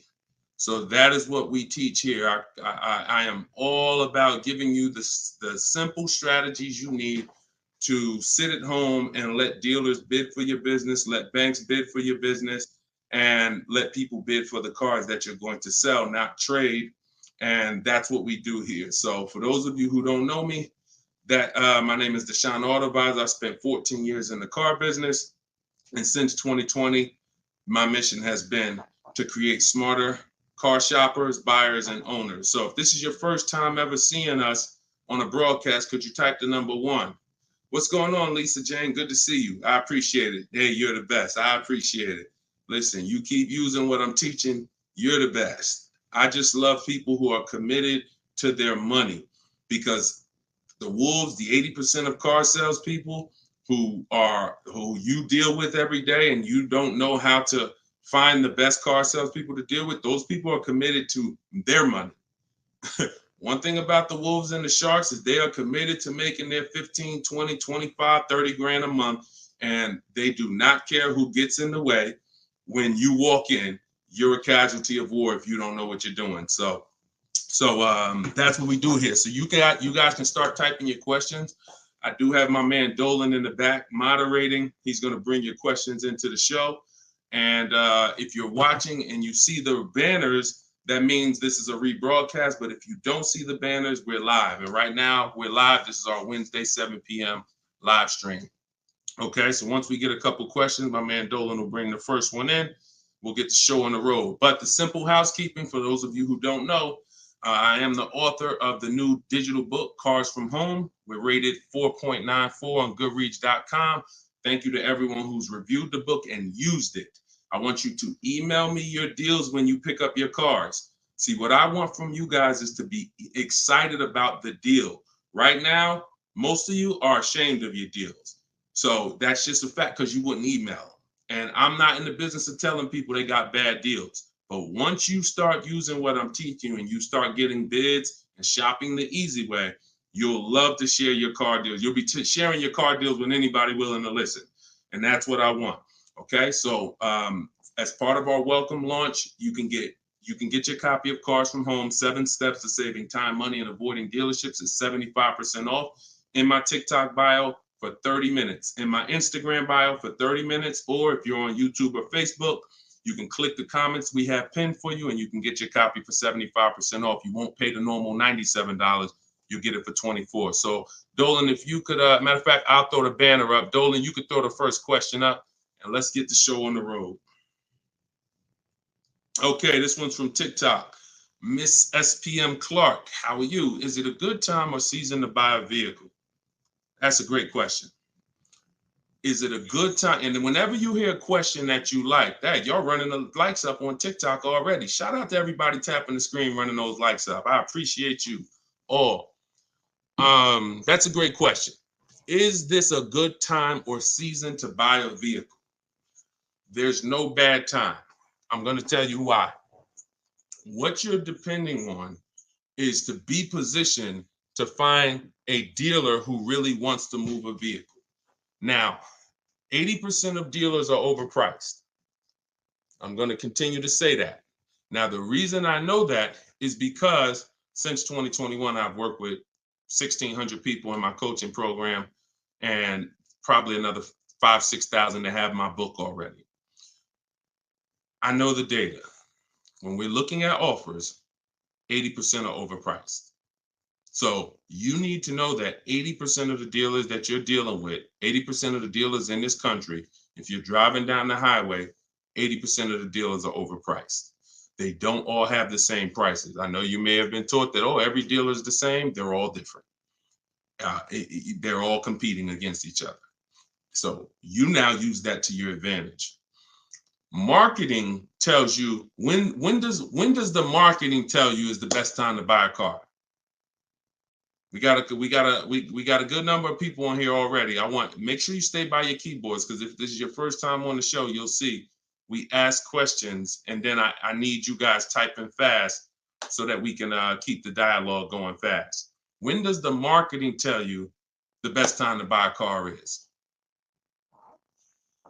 Okay. Brighten up my light while y'all do that. Hold on. I'll be looking at your answers. Okay. New year. Yep. New cars. Okay. When cars come out. Okay. End of the year after September. Okay. End of the year. I see you, Jamie, on Instagram. Okay. So that's the busiest week of the year. You go into any car dealership, it's a zoo. Now imagine that. I want you to put yourself in the car dealer's shoes. If you knew that you had customers trained so well that by that last week of the year, the place was going to be a carnival. And that's the end of the month is like that too. Holiday, President's Day is like that too. But here's what I want you to think about, because that's just a myth. There's no better deals. So there's some people that are buying cars during the holidays overpaying for them. Because here's the thing, you got a line of people behind you. If you're at home shopping, that's different. But if you're in the dealership, think about it. You got a line of people behind you, 10 people. So when the salesman's talking to you, it's like, I don't even have a lot of time, right? Salesman doesn't have a lot of time to talk to you. Listen, Bernard, listen, man, I'm making you a good offer. You see the place is packed, man. You know, I would take it if I was you, but you know, we really don't have the time. You know, if you wanna think about it, you're more than welcome. There's no guarantee the car's gonna be here when you come back. Psychology working all against you. I told you, if you've been on the stream before, you know the name that you winning is not the important part in a car dealership. It's making you think you're winning. So when you want to be in a car, this is when you want to be shopping 3 months before you need to have a car. And I'm going to tell you why. If the place is a carnival, there's no reason to give cars away. There's no reason. Why do I want to do a big sale? Why do I want to discount the cars if the place is packed? There's 3 customers for every car that I have. It's a marketing game. Now, the opposite is true. You got to think about this. On the 3rd of the month, when the place is empty, 10th of the month, dealers looking at I remember we used to look at our numbers, right? Because everyone makes go at the end of the month when dealers want to hit their numbers. Don't you think dealers want to hit their numbers on the 10th? Don't you think if we have to sell 250 new cars and we look on the 10th of the month and we're like, oh, we only got 70 cars sold. We're not pacing good. We look like we're going to fall. We only got 50 cars sold. Oh, this is a horrible month. Anybody who sends in an internet inquiry they're like, oh, look, we're behind. There's not this magic thing where it's like every month at the end of the month, the last 3 days, dealers are pushing to hit their numbers. Some dealers hit their numbers 5 days before the month is up, 3 days before the month is up, which means you come in at the end, we already hit the numbers. But again, it's a game of psychology. So what I'm teaching you is to understand, I was in that game for 14 years. I was very good at playing the game. Now, I'm not going to lie. I wasn't a person who lied. Anybody who knows me from New Jersey knows anytime the way you guys see Deshone, there's a couple people who, since, we've gotten over 2 million followers now across all these platforms. So God has blessed me. But there are people who know me. They dealt with me. And when they see my videos, what they say is, the same way he is in the videos is the same way he was in the dealership. Nothing changed.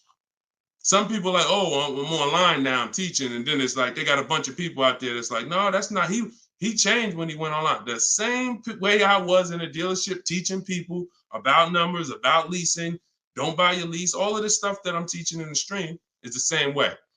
So the game of psychology is what you have to stop falling for. Stop looking at marketing, and now you have to look at what does make sense. That's being in the market 3 months before you need a car. I'm gonna tell you why.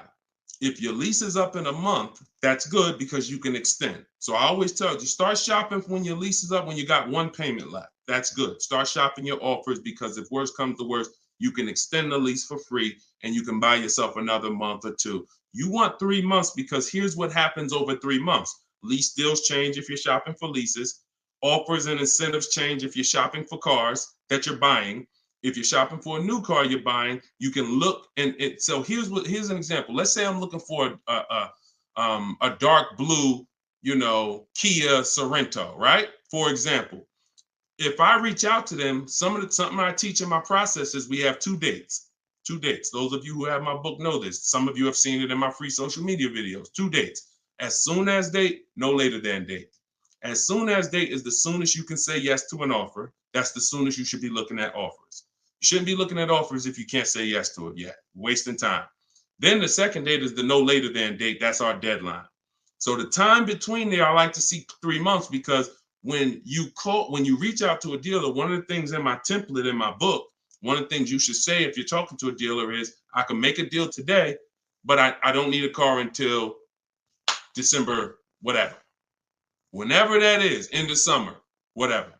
Because the time in between that is your leverage. That's the time where you can say no. That's the time where everyone else who's going in the dealership, the way everyone else shops, they're going in desperate. Oh, I need a car today. I need a car by Friday. All of the stuff they're saying out their mouth that's going to make sure they pay more, because car sales people hear that stuff. And so you're not saying that. You're saying, hey, if you got a blue one and it's not going to be here for 8 weeks, I'm interested in that. See, they can't present that to these other customers that are there desperate mode right now. That car that 8 weeks away, can't present it. So inventory changes on a month-by-month basis. Incentives and rebates change on a month-by-month basis. I'm gonna tell you the biggest thing though. Let's go to used cars. Price trends change on a month-by-month basis. So when we go to shop for used cars, we always have on alert so that every single new car that hits the inventory pops up on our phone, in our email. Everything I'm teaching you is in my book. Now, I don't hold back. You can get it any way you want. You can get it on the stream. You can get it on my videos. You can get it in my book if you want it all in one spot.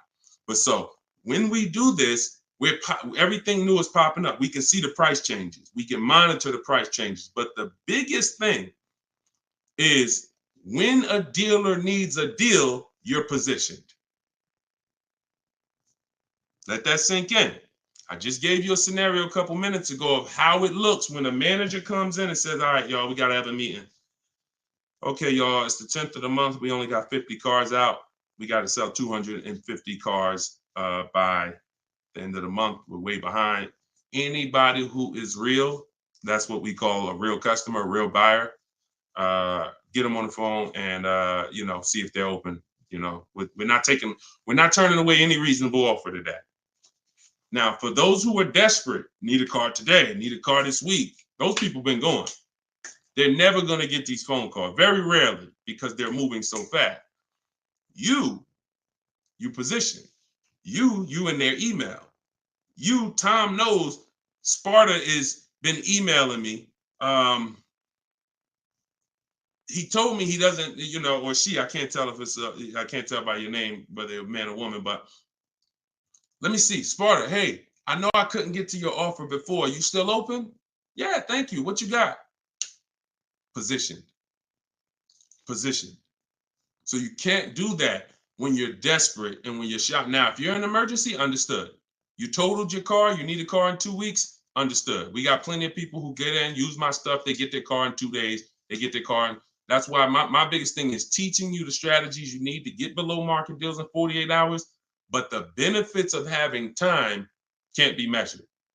The benefit of being able to look at deals, have dealers call you. I had one of my people who listened to me. He had a Kia Telluride. The general manager called him the last day of the month and said, look, if you could get this done today, I'll take $5,000 off the price. That's the one he ended up going with. His name is Wendell. So I don't say there's a best time to buy a car because I've seen deals at the beginning of the month. I've seen below market deals at the end of the month, non-holidays, holidays. I've also seen people overpay with no strategy at the beginning of the month, the end of the month, the holidays. So you get what I'm saying? Y'all understand that? It's all about being positioned. And if you can be positioned, you'll find that you'll love getting those calls and those emails. Like, man, all of those people, when I reached out to them, they act like they didn't want to do a deal or they couldn't get to my number. Don't worry. 2 years ago, I was shopping for my mother's Mazda CX-5. I reached out in October for the offers. I looked at the offers, didn't like them. Then I reached out in November. Same salespeople. They knew me. They know I'm serious. But hey, I didn't like the offers last month. Didn't like the offers in November. December, guy calls me or emails me, Deshone, I got this car. Let me know if it'll work for your mother. I think I can get to your number on this.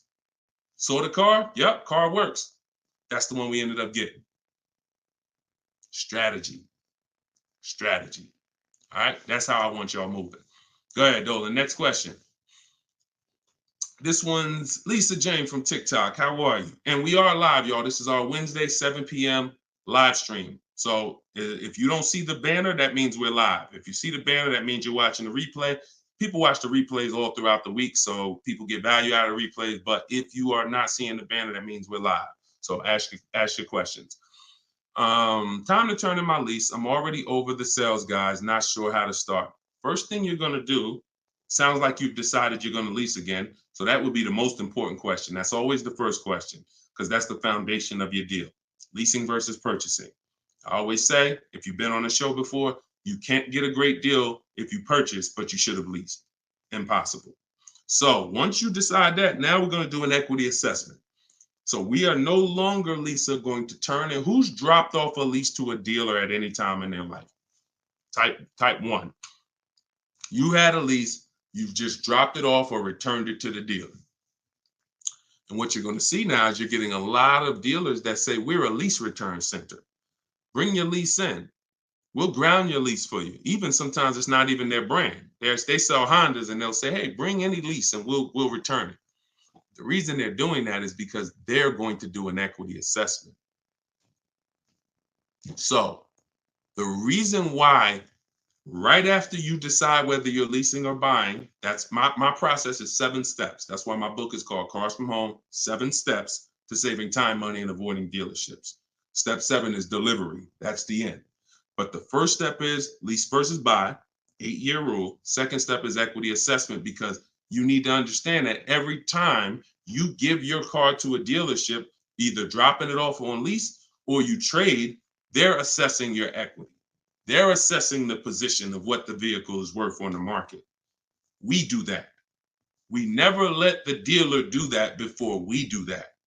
And the only way we do that, we don't use Blue Book, we don't use Black Book, we don't use any algorithm sites. We have a huge advantage with cars we don't have with houses. That's we could get offers. We can get real offers. Imagine being able to, at any time, if you're a homeowner, literally get no obligation offers on your home. You could just put your home, you could just go to buyers and say, here, this is the kind of house I got. And you could get multiple offers. Hey, I'll pay this for it. I'll pay this for it. I'll pay this for it. That'd be amazing, but you can't. So all they have with homes is algorithms, Zillow, Zestimates, and all of that. With cars, we can get real offers from the people who compete to buy cars. And this is our first step before we budget, before we think about what car we want, before shopping, we are doing an equity assessment. So what that looks like, Jane, is you're going to call your leasing company and you're going to get the payoff. There's two types of payoffs, a customer payoff, a dealer payoff. Depending on the brand, sometimes they're the same, sometimes they're different. Sometimes the dealers don't have to pay taxes. And so it depends. There's no hard rule, but you're going to get the customer payoff. Customer payoff, then you're going to ask them if you, that step is the same for everyone, whether you own a car, you lease a car, doesn't matter. Only people who don't have to do that is if you have a paid off car. You skip that step and you go right to the next step. But if you have a lease, you're going to ask an additional question. Do I have a third-party restriction? If you don't have a third-party restriction, you can sell to the highest online bidder. The bidders that we're going to get, if you own your car outright, you can sell to the highest online bidder. You have a lease with no third-party restriction, you can sell to the highest online bidder. If you have a finance car with a bank loan on it, you can sell to the highest online bidder. The only people who can't sell to the highest online bidder are leases with third-party restrictions. So you're still going to go and get the offers from the online bidders because you want to know a roundabout of what the car is worth. So we're going to go to CarMax. We're going to go to Drive. We get 6 offers. This is the equity assessment laid out in my book, step 2. When you do this, you're getting CarMax offers, Driveway offers, Carvana offer, Kelly's Blue Book Instant Cash offer, AutoNation Sell My Car, and Car Guru Sell My Car. When you get to the point where if you lease, just pay attention. See, there's a lot of details. This is why I say when y'all are trying to look through all my social media videos, you don't realize what things are applicable to you and which are not. So I'm talking to 4 different types of people right now. People who, all of you should be doing an equity assessment. People who have a car that's owned outright. People that has a car with a loan on it. People that has a lease, no third-party restriction. People who have a lease with a third-party restriction. So you have to take the nuances and say, all right, that part was for people with third-party restriction. This part is not. I don't have a third-party. So when you call and you get a third-party restriction, you need to take a different route to sell. But everyone's going to get those 6 offers. Everyone. Shout out to y'all tapping the screen, running the likes up, and shout out to the sharers. Thank you to everybody that shares the broadcast. It means a lot. Tag your closest friend. So now you get those 6 offers. If you have a lease, whenever you're on those websites, it's going to ask you, is the car owned, financed, or leased? You want to put owned. Do not put lease because it triggers something in their website where it thinks every lease has a third-party restriction and they may not give you an offer. So don't do that. Now, once you get those offers, you can sell to the highest bidder. Now, if you have a third-party restriction, we're going to take those offers. We're going to kind of see where those offers are, kind of get an estimate, and now we're going to go and sell that car to a used car, to a brand. Let me explain it like this. If you have a BMW, you can only sell to a BMW dealer. When you have a third-party restriction, you can only sell to a BMW dealer. Now, hundreds of thousands of people around the country, they found out they had a third-party restriction. They bought their cars and resold them. The reason I don't like doing that is because you pay taxes, you pay fees, and that comes out of your profit. So if you were going to make $5,000, you buy your car. By the time you pay the taxes and fees, you wait for the title, you probably won't make anything. But when we sell direct to a dealer by getting bids from multiple BMW dealers, if I have a third-party restriction of Nissan, I'm getting multiple bids from Nissan dealers. And once I get my offers from those dealers, now I'm going to sell to the highest one because dealers don't pay those same fees. Dealers will I don't have to pay the taxes and fees. That doesn't come out of my profit. So we've had people who sell direct to the highest bidder online, depending on their situation. And we have people who, with third-party restrictions, sell to the highest bidder among a local dealership. But we must get bids. Doesn't change. We get bids no matter what. So some people say, Deshone, I use what you teach. I went on those websites. They said they don't buy leases. You didn't do what I told you to do.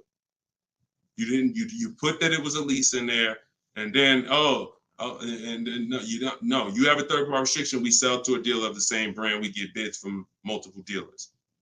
That's what I'm saying. So it's laid out in my book. If you want the roadmap, if you don't want to try to remember this, TikTok bio, Instagram bio, comment section on YouTube or Facebook, or you can scan the QR code, get your book for 75% off. You won't pay the normal. Hold on one second. Let me turn this off. You won't pay the normal $97. Okay, so that's the equity assessment. When you said, Lisa Jane, I'm not sure how to start, that's the process. Because we never return a lease that has equity. We don't return a lease until we find out that there's no equity. If there's no equity, then we'll drop off the lease and we'll shop for our replacement vehicle. All right, good question. Go ahead, Dolan.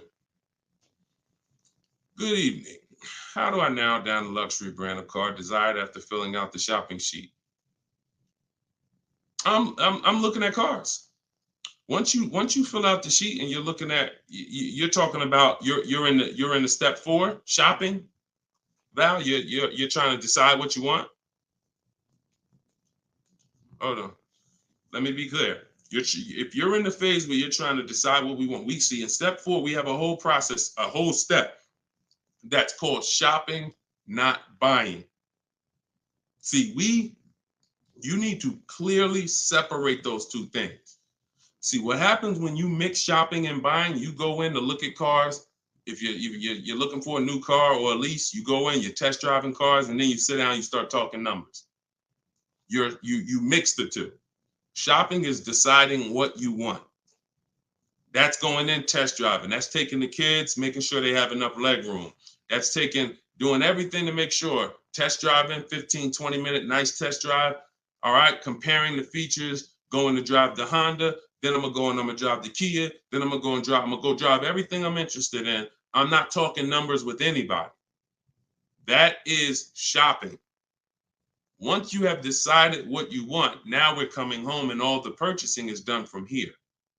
All the bidding is done right from where you're, right, like this is where I get my cars at, right here. I sit right in front of my computer, and in 60 minutes of work, I'm gonna have bids coming in 48 hours. I'll know what the below market values are. So if you're just talking about the shopping phase, I'm on YouTube. If I'm looking for like a 3-row SUV, I'm typing in 3-row SUV. And then I'm looking at the competitors because we're not giving enough. Look, car manufacturers do a horrible job of marketing. Horrible. There's 40-something companies that make cars that spend millions of dollars to try to get you to come see them at least. And so that's the reason why you notice when you have a car, they're reaching out to you before the car's paid off, before the lease is up, because they know once you get to the end, you're more likely to shop. That's why they try to keep you, we were reaching out to people with Mercedes 6 months before their lease was up. 9 months. Hey, Mr. Jones, if I could get you out early, would you consider it now? Hey, good news, Mr. Jones. Hey, I might be able to get you into a new Mercedes and keep your payment right around where you are, right around where you're at now. Is that something that sounds good? Okay, when can you come in? All right, not till this weekend, but you're going to have to lower the payment. This payment kind of high. Listen, Mr. Jones, look, we have several options. You're a loyal customer. You've been with Mercedes for a long time. Anytime you come, listen, I promise you, me and my manager will work hard to make sure you get a number that works for you. But the first thing we want to do is pick a car. We got a lot of nice new models. Want you to see them. Blah, blah, blah. You got to understand, if we're pulling you out of the car early, we're trying to prevent you from shopping the market, because every couple of years, there's new product, new technology, new features. You want to see this stuff. You want to see these cars. And so that's when what I'm telling you is you're about to spend 50 grand, 30 grand, 70 grand. Take the time and treat it like if you were going into the mall to spend that kind of money. If you were walking into the mall to spend that kind of money, how would you want to be treated? Would you ever rush yourself? Would you want anyone rushing you to make a decision when you're about to make a $70,000 decision? A lot of you are not test driving enough cars. Now, with a used car, you can't test drive it until right before you buy it. So because every used car drives different. But for those of you leasing and getting new cars, purchasing them, you should be test driving everything that's in the category of a car you want. Everything. Test driving and then narrowing it down. This is how people end up getting a car, and in 3 months they're like, hey, I don't really like the car. It's not as comfortable as I thought. You didn't test drive it. You did a short, quick test drive. So don't rob yourself of the shopping experience. We don't. That's why I have a whole step that is only devoted to shopping. And then what you do, Val, is you put it into Google and you type in the year and you type in initial quality. That's going to tell you on that first page what the ratings say.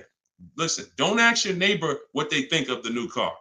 They might love it, but there's 10,000 other people in the country that have that same car. You need to know what is the data saying about that. 10% of those people might be dealing with electrical issues. That's going to show in that initial quality scan on Google. Then you look and you Google reliability. So initial quality's first 90 days, reliability's first 3 years. Everyone who's leasing needs to be typing those two things in. Initial quality, skim the articles, look for any red flags, then do the same thing for reliability. Those of you who are purchasing, you should be doing longevity. And that's going to tell you if the car has transmission problems later on. That's going to tell you what the engine is rated to do. These are 5-minute exercises that will save you from getting a Maserati that's in the shop every 3 months.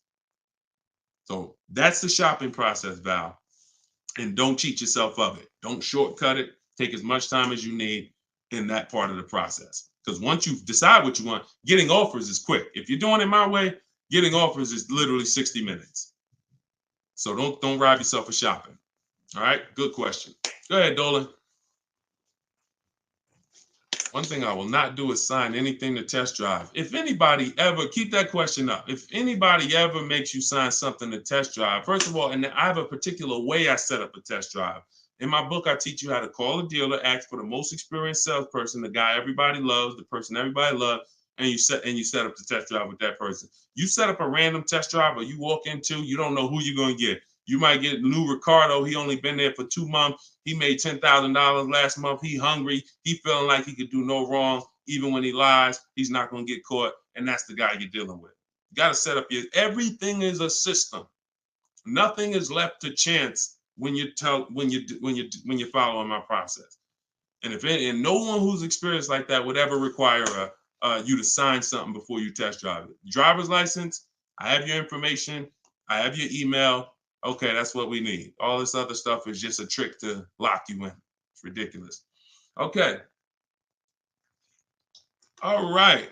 This one's from YouTube. Deshone, I got equity now at the end of my lease, but I got a third-party restriction. How can I sell it to a dealer without buying a new one? Separate the transactions. When Dave came in, Dave was the first person who used this strategy back in 2021. And he joined me because he said, look, I had a BMW. As soon as I found out how to get around this, that made me like $1,500 to $2,000 more because I had the third-party restriction. You call, we speak to used car managers, and you're going to get bids from used car managers. Hey, I got a car. I'm looking to sell it. I have a specific script in my book, but hey, I'm looking to sell it. And, can I give you some information about it? And you give me an offer. And we want to get at least 3 offers. It's a relatively new car, 2-3 years old, and that's it. You're having conversations and you're getting offers. These guys, their job is to buy cars. So, but that's independent of who you're getting the car from. So if I talk to a guy and he was like, look, I like your car, I can pay you this for it, I'm going to tell him, look, okay, I'm about to shop for my new car. I'm looking to have that deal done in a couple of weeks. And as soon as I make that deal and schedule the delivery, I'll call you and I'll drop off this car to you. Now he's going to say, well, if too much time passes, I might have to look at it again. No problem. Understand. If 2 months pass, then yeah, I would keep in touch with them and be like, hey, I'm still shopping. Do you need to take a look at it again? Just so the person, I'm always, anyone who's listening to me who uses my stuff, they're always locking up equity in who they're going to sell the car to before they focus on the new car shopping. Before. Equity needs to be, because that's a bidding process.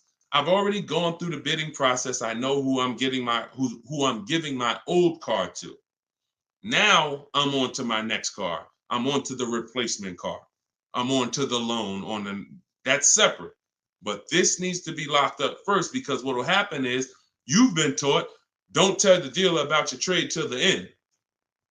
Let me tell you how horrible, who's heard that advice? And I'm going to tell you why that's the worst advice about getting money for your trade-in you could have ever listened to. Hopefully you never listened to it, but who's heard, don't tell the dealer about that you have a trade until the end? Who's heard that? Okay, Adri said, I've heard that. Okay, who's heard that? Okay, SS, I see you on YouTube, me. Okay. This is a widespread thing. If you go on any of the negotiators' websites or whatever, or you see social media videos, they'll tell you, I'm gonna tell you why that's horrible. Because they're teaching you to shop a way where you are gonna negotiate your way to a deal. You're not sitting at home bidding. And then, so you're spending this time, and now you get the dealer to a price that you're comfortable with. All right, I like this price. Now they're telling you spring the trade on them. So what happens when the dealer doesn't give you what you think the trade is worth? What happens? Because if a dealer gave you a great price on and you don't know that because you don't have enough offers, I'm gonna continue to emphasize that. You don't know you have a great price unless you have 4 or 5 other offers to compare them to. I have a great price from you. But so now dealer says, look, I know you think your car is worth 18, but I can only pay 16. That it's max is 16. Now you're like, all right, well, listen, I'm out. Okay. Who lost there? SS, I know you walk away. I know. You lost. You just sat there and negotiated hours only to get up and walk away with no car. See, I don't know about you guys, but I'm really interested in the people who your money's just as important as your time. Time is just as important as your money. No one's going to waste my time. And I want you to have strategies where no one can waste your time. Because while you're sitting there for 2 hours and getting up to walk away, the salesman's like, okay, listen, they don't know their car's not worth 16, but whatever. Somebody else is going to buy this car. So you're going to go and do that same thing again with some other dealer. 2 hours, 2 hours, 2 hours. And I think that I guess they just know that you're comfortable spending a whole lot of time car shopping. But you don't do that. The only time you're ever going to reveal that you have a car that you might bring to the transaction is when you know you already have offers. So I don't mind once a dealer wins the bid saying, well, look, I do have this old car. I already agreed to sell it to this dealer from Kelly's Blue Book Instant Cash Offer, but if you could match it or beat it, I'll give you the car. That's different because you're not going to stop my deal. When you do it like that, no one stops your deal. Now, you know what? Hey, that dealer that's paying you that's a good offer. All right, no problem. I'm going to buy the car from you because you won the bid, and then I'm going to sell the car to them. And if by chance they say, you know what, that is a car I could, my used car manager says he can match that. Great, here you go. But this getting up and walking away, driving to a dealership only to find out I got to the dealership, they told me they had $4,000 in fees made up that they put. I just got up and walked away. You wasted 2 hours of your life that you can't get back, and you still need the car shop. So what you're going to find using what I teach, you'll never waste your time. You'll never waste your time. My time's just as important, man. I got 2 kids. I got a lovely wife. I want to spend time with them and people I love, not in car dealerships walking out. That's just me. If you like me, then we're gonna love working together. So go ahead, Dolan.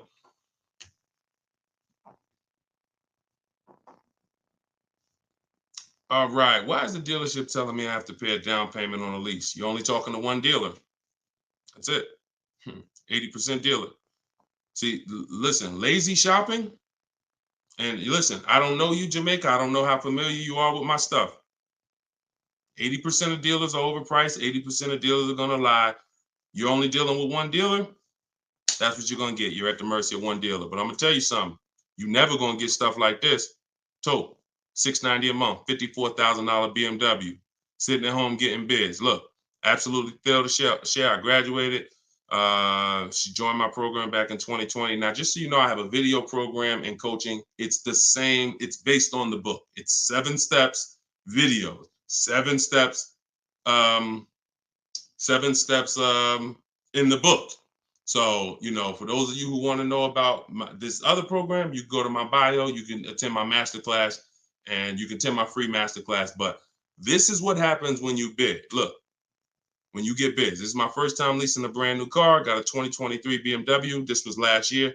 Awesome lease incentive, 75 off, plus you got $1,000 off. Look, Greg, 527. Look, monthly payment, 527. You don't see down payments here. Look, Danielle, $550 a month with first payment down. That's it. Included maintenance, gap insurance, all the fees. Look, we could do this all day long. This was Bonita in the middle of the pandemic. Middle of the pandemic, while people were paying $5 grand and 10 grand over sticker for Telluride. Look, I got my got my dream vehicle, 2023 Kia Telluride. Got that in December 2022. Bids, 600 down, 600 a month. That was a 1.25 lease. I remember when she got it. And I always show that because people were out there, oh, there's no deal. People have been saying that for years. People have been saying that to me for years. Deshaun, there's no deals out here. Somebody probably wrote that in the comments. I'm sure that's one of the questions. Sean, it seems like it's no deals out here. And listen, no strategy, no deals. Strategy, great deals. So one of the things we're never going to do is listen to what one dealer says. 5 dealers, 5 offers. You could do it your way, manually, or you could do it my way. It's up to you. But you get 5 offers because 4 are overpriced. That's the numbers. Okay? And that's how you guarantee when you drive off with a car that you paid the lowest price in the market. You can't guarantee you paid the lowest price in the market when you only got one price. You can't guarantee when you only got 2 prices. Now, somebody in my book, I teach something called the 25-to-5 strategy.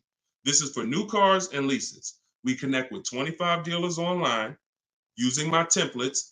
You copy and paste. I got all my stuff in there. You just fill in what you want. And then we reach out and then out of those 25 dealers, we're shopping all their inventory. So we got a good shot out of 25, we got a good shot of 10 of those dealers having a car we'd be interested in. And our goal is to get 5 offers. That's it, all by email. So you can do it your way. You can call, you can do however you want, but we know this because we shop better than anyone else in this world. So when we're looking at all these offers and when we can say confidently 80% are overpriced, we can talk to someone who's only getting 1 or 2 or 3 offers and tell them there's no way you're going to get great below market deals shopping that way. It's just not going to happen. So I wish I could tell you could mix your way. The only thing I can say about mixing your way is if you don't want to use my strategies to get the 5 offers. You want to get 5 offers some other way, God bless you. But you get 5 offers if you want below market deals. And if you're looking at super popular vehicles, Charles got a Palisade. Look, he got 10 offers. I reached out to 35 Hyundai dealers, got 10 quotes back. Offers range from 1.23 to 1.66. He ended up with a 1.23 lease on a Hyundai Palisade. $48,000 vehicle, $597 a month. So that's why the dealer you're dealing with is telling you need a down payment because that's who they are. They're an 80% dealer. They're an 80% dealer. All right? That's just what it is. Strategy. Go ahead, Dolan.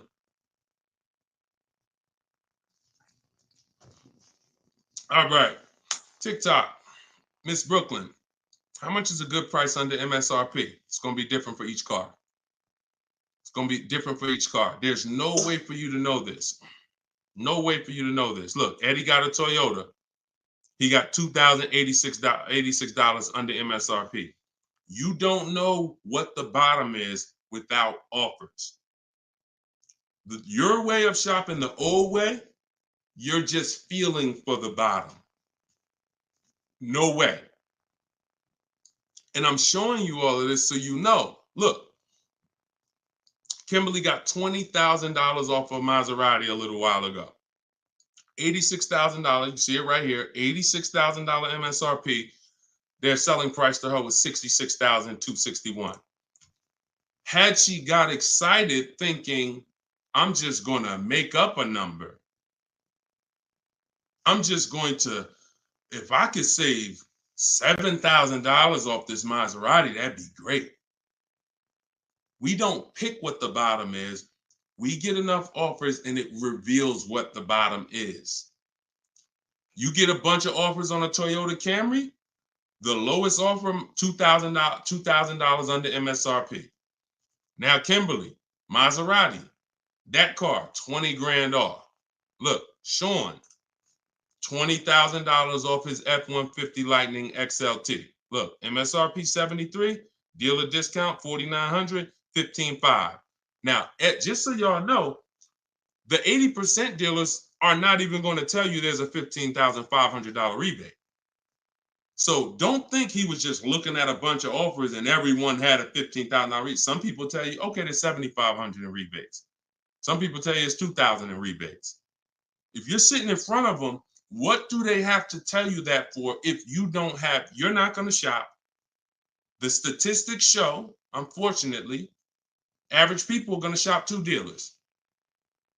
That's statistics. That's something that we're trained on. 2 dealers.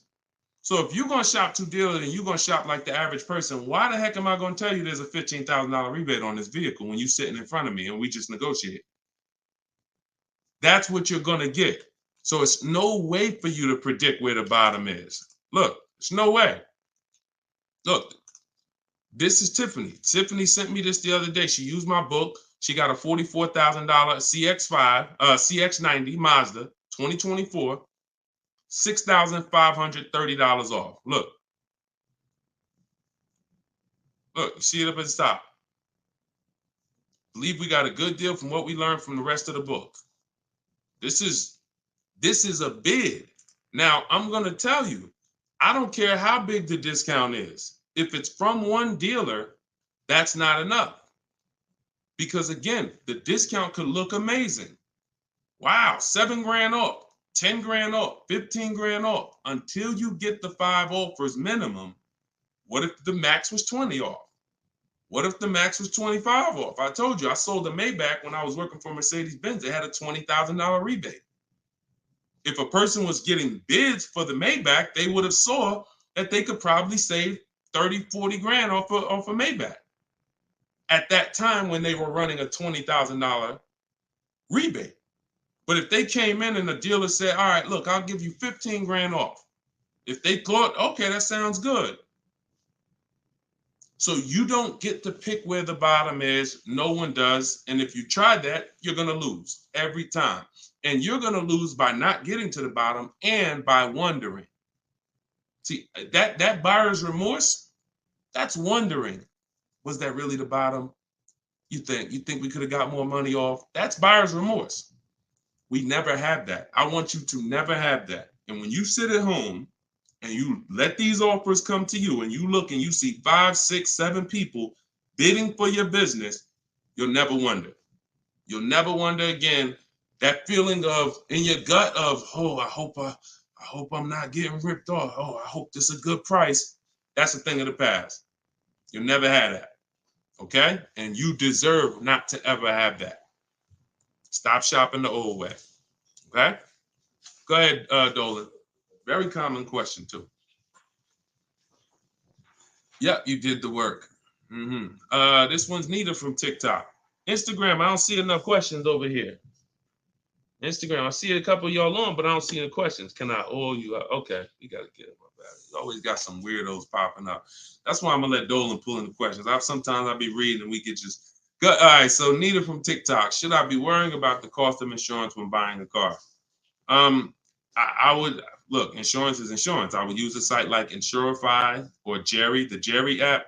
I would use a site that shops multiple companies. Insurify shops multiple companies. And some of the smaller companies that don't have the big budgets, some of you go to insurify.com tonight, you might save money. So you need to, and I'm not endorsed by Insurify right now. I just believe in the product. Look, I believe in anything that gets my favorite two words, multiple offers. Because that's how we buy everything else. That's how we buy TVs, that's how we buy electronics, that's how we buy groceries. You go in, you want some potato chips, you got 30, 40 companies competing. You got, spaghetti sauce. 10 different companies competing, trying to sell you. Oh, we're on sale this week. Blah, blah, blah. It's always multiple offers. So any tool that gets multiple offers, I love it. So Insurify.com or the Jerry app. Yeah, insurance is insurance. J Love, how's the market looking? Watch the earlier broadcast. We answered that. That was pretty much, I think that was the first question in the show. So you could go to YouTube, watch the rebroadcast. And you'll see the answer to that question. Go ahead, Dola. Shoot that next one out.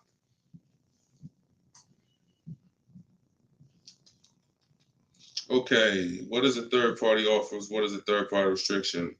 Third-party restriction is a restriction in your lease contract that says you cannot sell direct to a used car buyer other than a dealership of the same brand. So we get bids from Carvana, CarMax, Driveway, Kelly's Blue Book Instant Cash Offer, Car Gurus, and AutoNation. 3 of those offers are from local dealers. 3 of those offers are from online car buyers. And they cut a check same day. Simple process. They compete. Third-party restriction means you can't sell direct to them. You would have to buy the car and resell it. We don't do that. We sell to a dealer of the same brand. We get bids from a dealer of the same brand. So that's what a third-party restriction is, and that's how we handle those. All right. Go ahead, Dola. Everything I'm teaching for those who just came on is in my new digital book. It's called Car Shopping. Well, it used to be called Car Shopping for people that hate car shopping. Now it's just Cars from Home. 7 steps to saving time, money, and avoiding dealerships. So for those of you who want the same results that you're seeing from all these people, if you want those below market deals to be your below market deals, and you get the roadmap, you get the guide, it's a step-by-step blueprint. First step is, because many of you don't know the 7 steps. Those of you who have the book, you know it. First step is the most important question. How many years are you keeping the car? That's the 8-year rule. That's going to help you decide whether you need to buy or shop for a great lease deal. Second step is the equity assessment. Third step is deal structure, and it's deal-focused budgeting. We don't just budget. Budgeting is whatever it is, I'll just budget and I'll see what I could afford. No, we budget for a deal. You need to know what a deal. When I'm budgeting for a lease, I'm budgeting to see if the lease is great, this is what it should cost. If I'm budgeting for a purchase, I'm budgeting, this is how much a great deal should be. I'm coming up with my max offers way before I ever go look at cars. So that's day 3. That's step 3, deal structure. Step 4 is shopping, not buying. Step 5 is multiple offers. That's when we're in the market. Step 6 is paperwork and protection. Step 7 is delivery. 7-step process. So everything is in there step by step. You can get your copy for 75% off as part of our book launch. It's in my TikTok bio, in my Instagram bio, or if you're on Facebook or YouTube, it's in the comment section, or you can scan the QR code on the screen. If you're watching us on TV, you can scan that QR code with your camera to get your copy. Be in your inbox in 5 minutes. Okay, this is Wes from Facebook. How do you feel about vehicles that are well over MSRP? Don't. See, I mean, if you guys can't see that you need help, because the language you're using is really desperate language.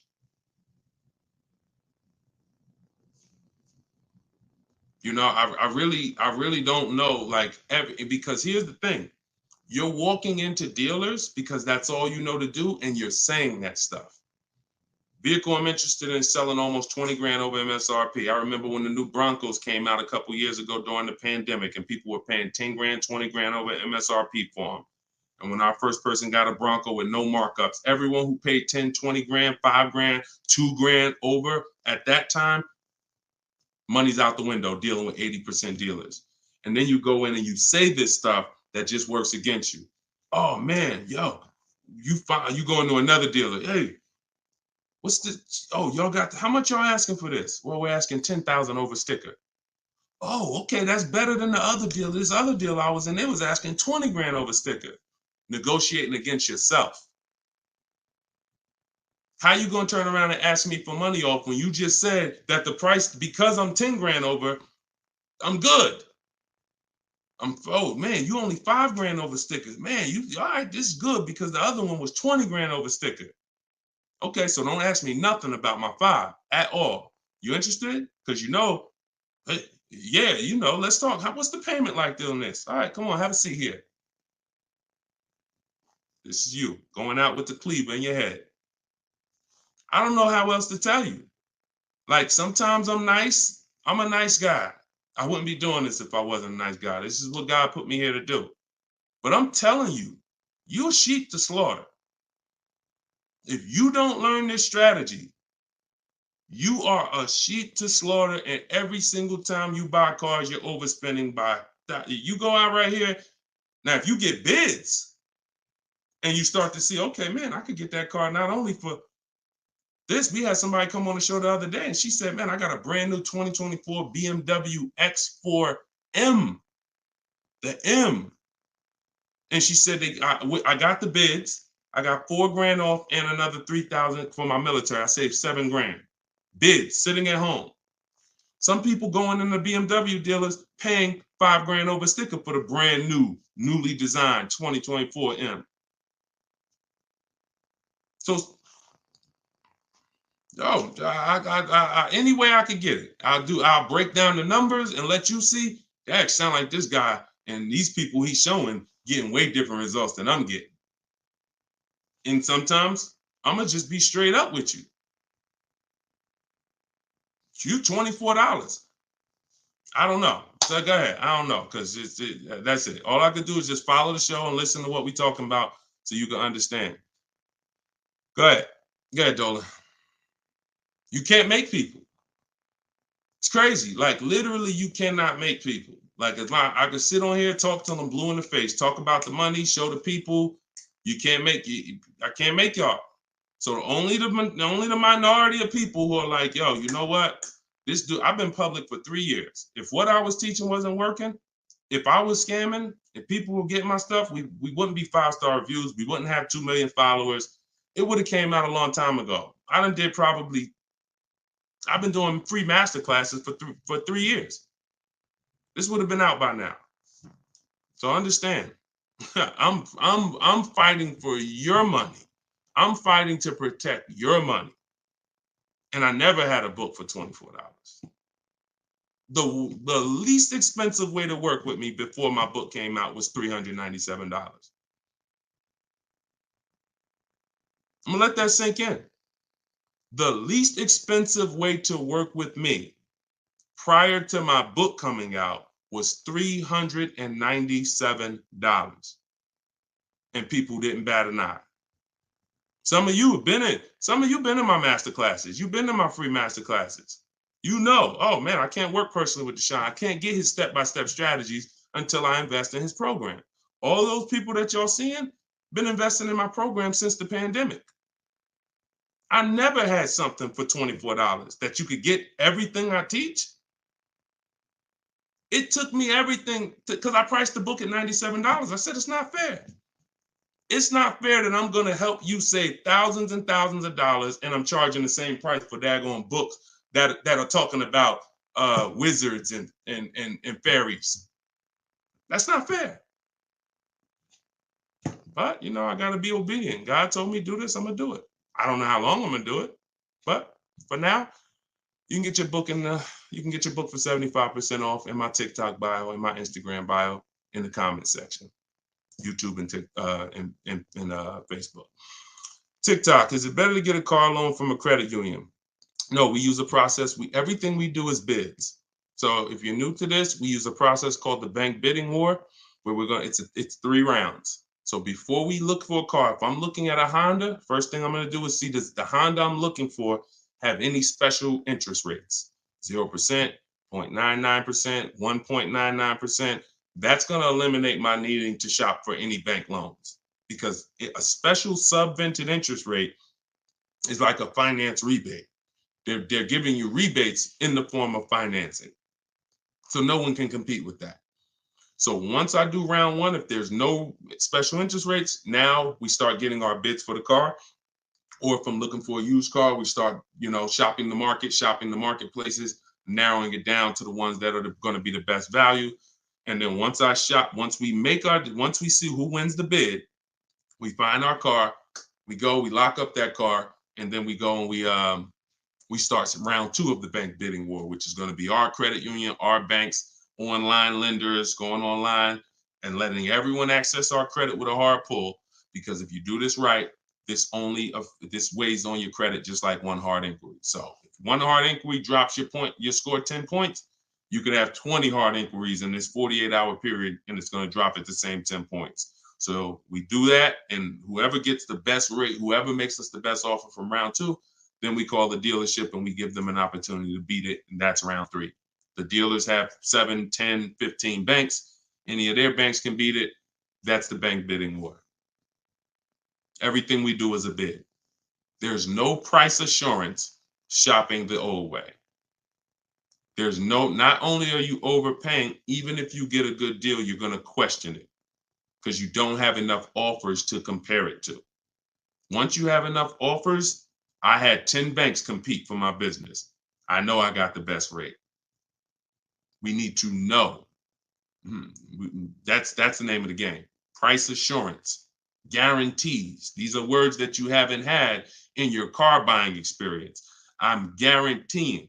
If I ask any of these people here that I showed you, Tiffany with the Mazda earlier, Sean with the $20,000 off his F-150, Charles with his Palisade lease. If I asked any of these people, if you said, hey, look, are you willing to bet me $500 that there was no better offer in the market that you could have got, they'll all take the bet.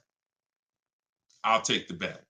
But if I asked you, and I took listen, what's the last car you bought?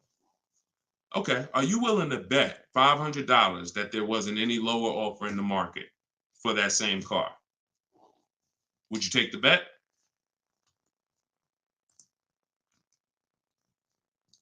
No price assurance. No price assurance. Price assurance only comes through multiple bids, multiple offers. All right? All right, y'all. I think we're going to wrap. Thank you, Nita. I'm glad you enjoyed that. We've been on for about an hour. It's our 7 p.m. show. You may see the rebroadcast. Well, we'll see the rebroadcast. You can invite your friends to the rebroadcast. We play them throughout the day on all our channels. Everything I'm teaching is out of my book. You guys know that. If you want to attend my free masterclass, we have a link in the comment section for you. It's called Everything You're Doing Wrong, Buying, Selling, and Leasing Cars. It's about an hour. So you could go there. Hold on. We're going to wrap, Dolan. Man, I'm tired. I'm tired, man. We'll wrap an hour and 2 minutes, man. Everybody can come back, join us on another live show because we got tons of questions. We could never get through all the questions. Once the stream starts heating up, we can't get through all the questions. So if you want to attend my free masterclass, it's a link in the comments, or if you're on Instagram, there's a link in my bio. You can attend. It's an hour long, and then we do Q&A after. And then if you, of course, want the book, you guys know where it's at, in the comment section or in my bio. Other than that, I'll see you all on the next show. Shout out to everybody who joined, and it was good to see you all. All right, I'll see you all on the next stream. God bless you.